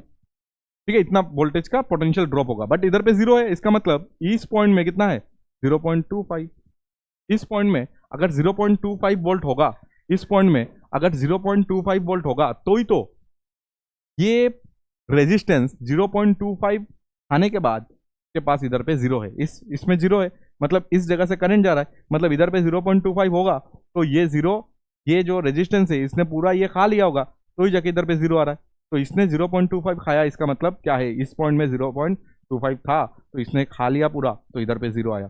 तो अगर तुम देखोगे 4 माइनस 0.25 अगर करोगे तो भी तुम्हारा इस बैटरी के अक्रॉस क्या आना चाहिए, टर्मिनल पोटेंशियल आना चाहिए, टर्मिनल पोटेंशियल आना चाहिए। दैट इज 4 से तुम क्या करो, 0.25 को माइनस कर दो, दैट विल बी 3.75 वोल्ट। 3 तरीके से करके दिया, देखो आंसर सही में है तीनों का। ठीक है, आगे बढ़ते। देखो अभी ऐसा दिया हुआ है, इसको तुम पकड़ पाओगे, इसको तुम पकड़ पाओगे, ये देखो इसी साल का है, इसी साल का है, 25 का ही है, जो हमने बोला कि बहुत टफ है, बहुत टफ है। ठीक है, तो इधर से देखोगे तो इसको थोड़ा सा भी अगर सोचोगे ना तो तुम्हें ईस्टर्न ब्रिज दिखाई देगा इधर, थोड़ा सा भी अगर सोच लोगे। ईस्टर्न ब्रिज दिख रहा है क्या तुम्हें, देख तो दो। देखो मैं इसको बना के दिखाता हूँ कि इधर से 1 पॉइंट कितना है, ये 5 ओम है। के बाद वाला तुम अगर थोड़ा सा भी देखोगे अच्छे से तो इधर से तुम देखो ना, एक इधर पे देखो 5 लगा हुआ है, इधर पे 5 लगा हुआ है एक, और नीचे अगर तुम देखोगे ना तो इधर पे 3 लगा हुआ है, ये 5 है ये 3 है, और इधर से अगर देखोगे ना सी पॉइंट तक, इधर पे कितना लगा हुआ है 2.5 लगा हुआ है। और उसके नीचे अगर तुम देखोगे ना डी पॉइंट से इस पॉइंट के बीच में कितना लगा हुआ है 1.5 ओम लगा हुआ है। ठीक है, और तुम अगर देखोगे ए और डी के बीच में 6 लगा हुआ है, ये ए हो गया और ये डी हो गया, कितना लगा हुआ है 6 लगा। तो क्या ये दिख के तुम्हें नहीं पता चल रहा है कि ये क्वेश्चन ब्रिज है, बस उसको ऐसे कर दो, रोटेट कर दो तो ही तो क्वेश्चन ब्रिज दिख रहा है। क्वेश्चन ब्रिज हो गया ये, ठीक है। और ये तुम्हारा सेल है और इधर पे 5.5 लगा हुआ है। तो कितना तो आसान था क्वेश्चन, 5.5 ओम। तुम्हें चाहिए था क्या, current passing through the battery, battery से करंट कितना आ रहा है वो हमें निकालना। तो 1 सेकंड का ही क्वेश्चन था, ज़्यादा इधर वक्त नहीं लगेगा हमें, क्योंकि हमें करंट निकालना है, उसके लिए आर इक्विवेलेंट निकालना पड़ता है। तो आर इक्विवेलेंट अगर तुम देखोगे तो इधर पे तुम्हें समझ आ रहा है कि ये बैलेंस व्हीटस्टोन ब्रिज है कि नहीं। चलो ये चेक कर लेते, बैलेंस्ड व्हीटस्टोन ब्रिज है कि नहीं वो देखो पहले। तो बैलेंस व्हीटस्टोन ब्रिज के लिए इसको डायगोनल्स को इंटू कर दो, तो 5 into 1.5 should be equal to क्या होना चाहिए 2.5 इंटू 3। देखो तो हो रहा है क्या। तो ये भी देखो, ये भी तुम्हारा कितना आ रहा है 0.75, मतलब 7.5, ये भी 7.5 आ रहा है और ये भी 7.5 ही आ रहा है। तो मतलब यस यस ये बैलेंस्ड है। ये अगर बैलेंस है, ये अगर बैलेंस्ड है तो 6 ओम को हटा दो, 6 ओम को हटाने से तुम्हें ये सीरीज में 8 मिल जाएगा और ये सीरीज में कितना हो जाएगा, ये सीरीज में 4 मिल जाएगा। ठीक है, तो नेक्स्ट सर्किट अगर देखोगे ना तो इधर पे तुम्हें क्या मिल जाएगा, नेक्स्ट अगर सर्किट देखोगे तो इधर पे तुम्हें मिल जाएगा 8 ओम और इधर पे तुम्हें क्या मिल जाएगा 4 ओम, ये 4 ओम मिल जाएगा। ठीक है, और इधर से अगर तुम देखोगे, इधर से अगर देखोगे ये सीरीज में तो दिख ही रहा है, तो ये तुम्हारा कितना हो जाएगा 7 हो जाएगा, 7 ओम हो जाएगा, 7 ओम हो जाएगा ना, 7 हो जाएगा। और इधर पे एक्चुअली ये भी लेना चाहिए था हमें, वो अच्छा बाद में लेते कि ये भी एक है इधर पे 1/3 है और इधर पे हमारे पास कितना लगा हुआ है 5 वोल्ट लगा हुआ है, ये 1/3 है तो भी लेना पड़ेगा। तो 8 और 4 का पैरेलल कर लोगे, ये पैरेलल है, तो 8 और 4 का अगर पैरेलल करोगे तो ऊपर इंटू नीचे प्लस करने से तुम्हारे पास आएगा 8/3, ये 8/3 और ये 1/3 इन दोनों को, और एक्चुअली पूरा ही अभी सीरीज में हो जाएगा। पूरा सीरीज में अगर देखोगे तो 8/3 आएगा, उसके बाद 1/3 आएगा और उसके बाद 7 ओम आएगा, 7 ओम आएगा यस। तो इधर पे अगर तुम देखोगे तो ये ही तुम्हारा बन जाएगा 9/3, मतलब 3 बन जाएगा और 7, अच्छा ये देखो 10 ओम आ गया। तो इधर से करंट कितना निकल रहा है अगर चाहिए तो V/R, वी दिया हुआ है 5 वोल्ट और R हमारे पास आया है 10 ओम, तो आंसर इज हाफ या तो 0.5 एम्पियर इज द आंसर। देख लो कितना सिंपल क्वेश्चन था, आराम से तुम सॉल्व कर सकते थे एग्जाम में। इस क्वेश्चन को सॉल्व करते, a set of n equal resistor of value R each are connected in series to a battery of EMF E। तो एक हमारे पास इधर पे बैटरी लगा हुआ है जो जिसका EMF कैपिटल E ऐसा लिखा हुआ है एंड इंटरनल रेजिस्टेंस इसका है कैपिटल R। इंटरनल रेजिस्टेंस कितना है कैपिटल R, कैपिटल R है। The current drawn is I। ठीक है, a set of n equal resistor of resistance, मतलब इधर से हमने क्या किया एन इक्वल रजिस्टर, मतलब ऐसे ऐसे ऐसे ऐसे ऐसे ऐसे सीरीज में लगाया एन। ठीक है, ऐसे जाके सीरीज खत्म हुआ। तो इधर पे अगर तुम देखोगे तो ये सब कुछ सीरीज में है। ठीक है, तो सीरीज में अगर हुआ तो आर सीरीज कितना हो जाएगा एनआर हो जाएगा। तो इधर पे एक्चुअली एनआर लगा हुआ है, इधर पे कितना लगा हुआ है एनआर रेजिस्टेंस लगा हुआ है, सीरीज में होने से डायरेक्ट एन टाइम्स लगा हुआ है तो एनआर। और करंट कितना निकला तो बताया गया है करंट आई निकला, तो करंट इक्वल टू हो जाएगा E/NR, मतलब एक्सटर्नल रेजिस्टेंस क्या होता है external resistance plus internal resistance. इधर पे इंटरनल रेजिस्टेंस का वैल्यू भी R ही दिया हुआ है, तो इधर पे आ जाएगा क्या आ जाएगा NR प्लस R, तो R कॉमन ले लो N+1 ऐसा कुछ दिखेगा तुम्हें। और क्या चाहिए हमें, now N resistor are connected in parallel to the same battery. अच्छा बोल रहा है कि इसी बैटरी में ये जो बैटरी है जिसका इंटरनल रेजिस्टेंस R है, इसका इंटरनल रेजिस्टेंस कितना है R है। ठीक है, ये EMF कितना है E है। इसमें ही हमने क्या किया, इसमें ही हमने क्या किया, अभी इस बार पैरेलली इसको कनेक्ट किया, सबको n टाइम्स पैरेलली इधर पे कनेक्ट हो रहा है, कितना टाइम्स, n टाइम्स, ठीक है, समझ आ रहा है, ये कितना टाइम्स है, ये n टाइम्स है।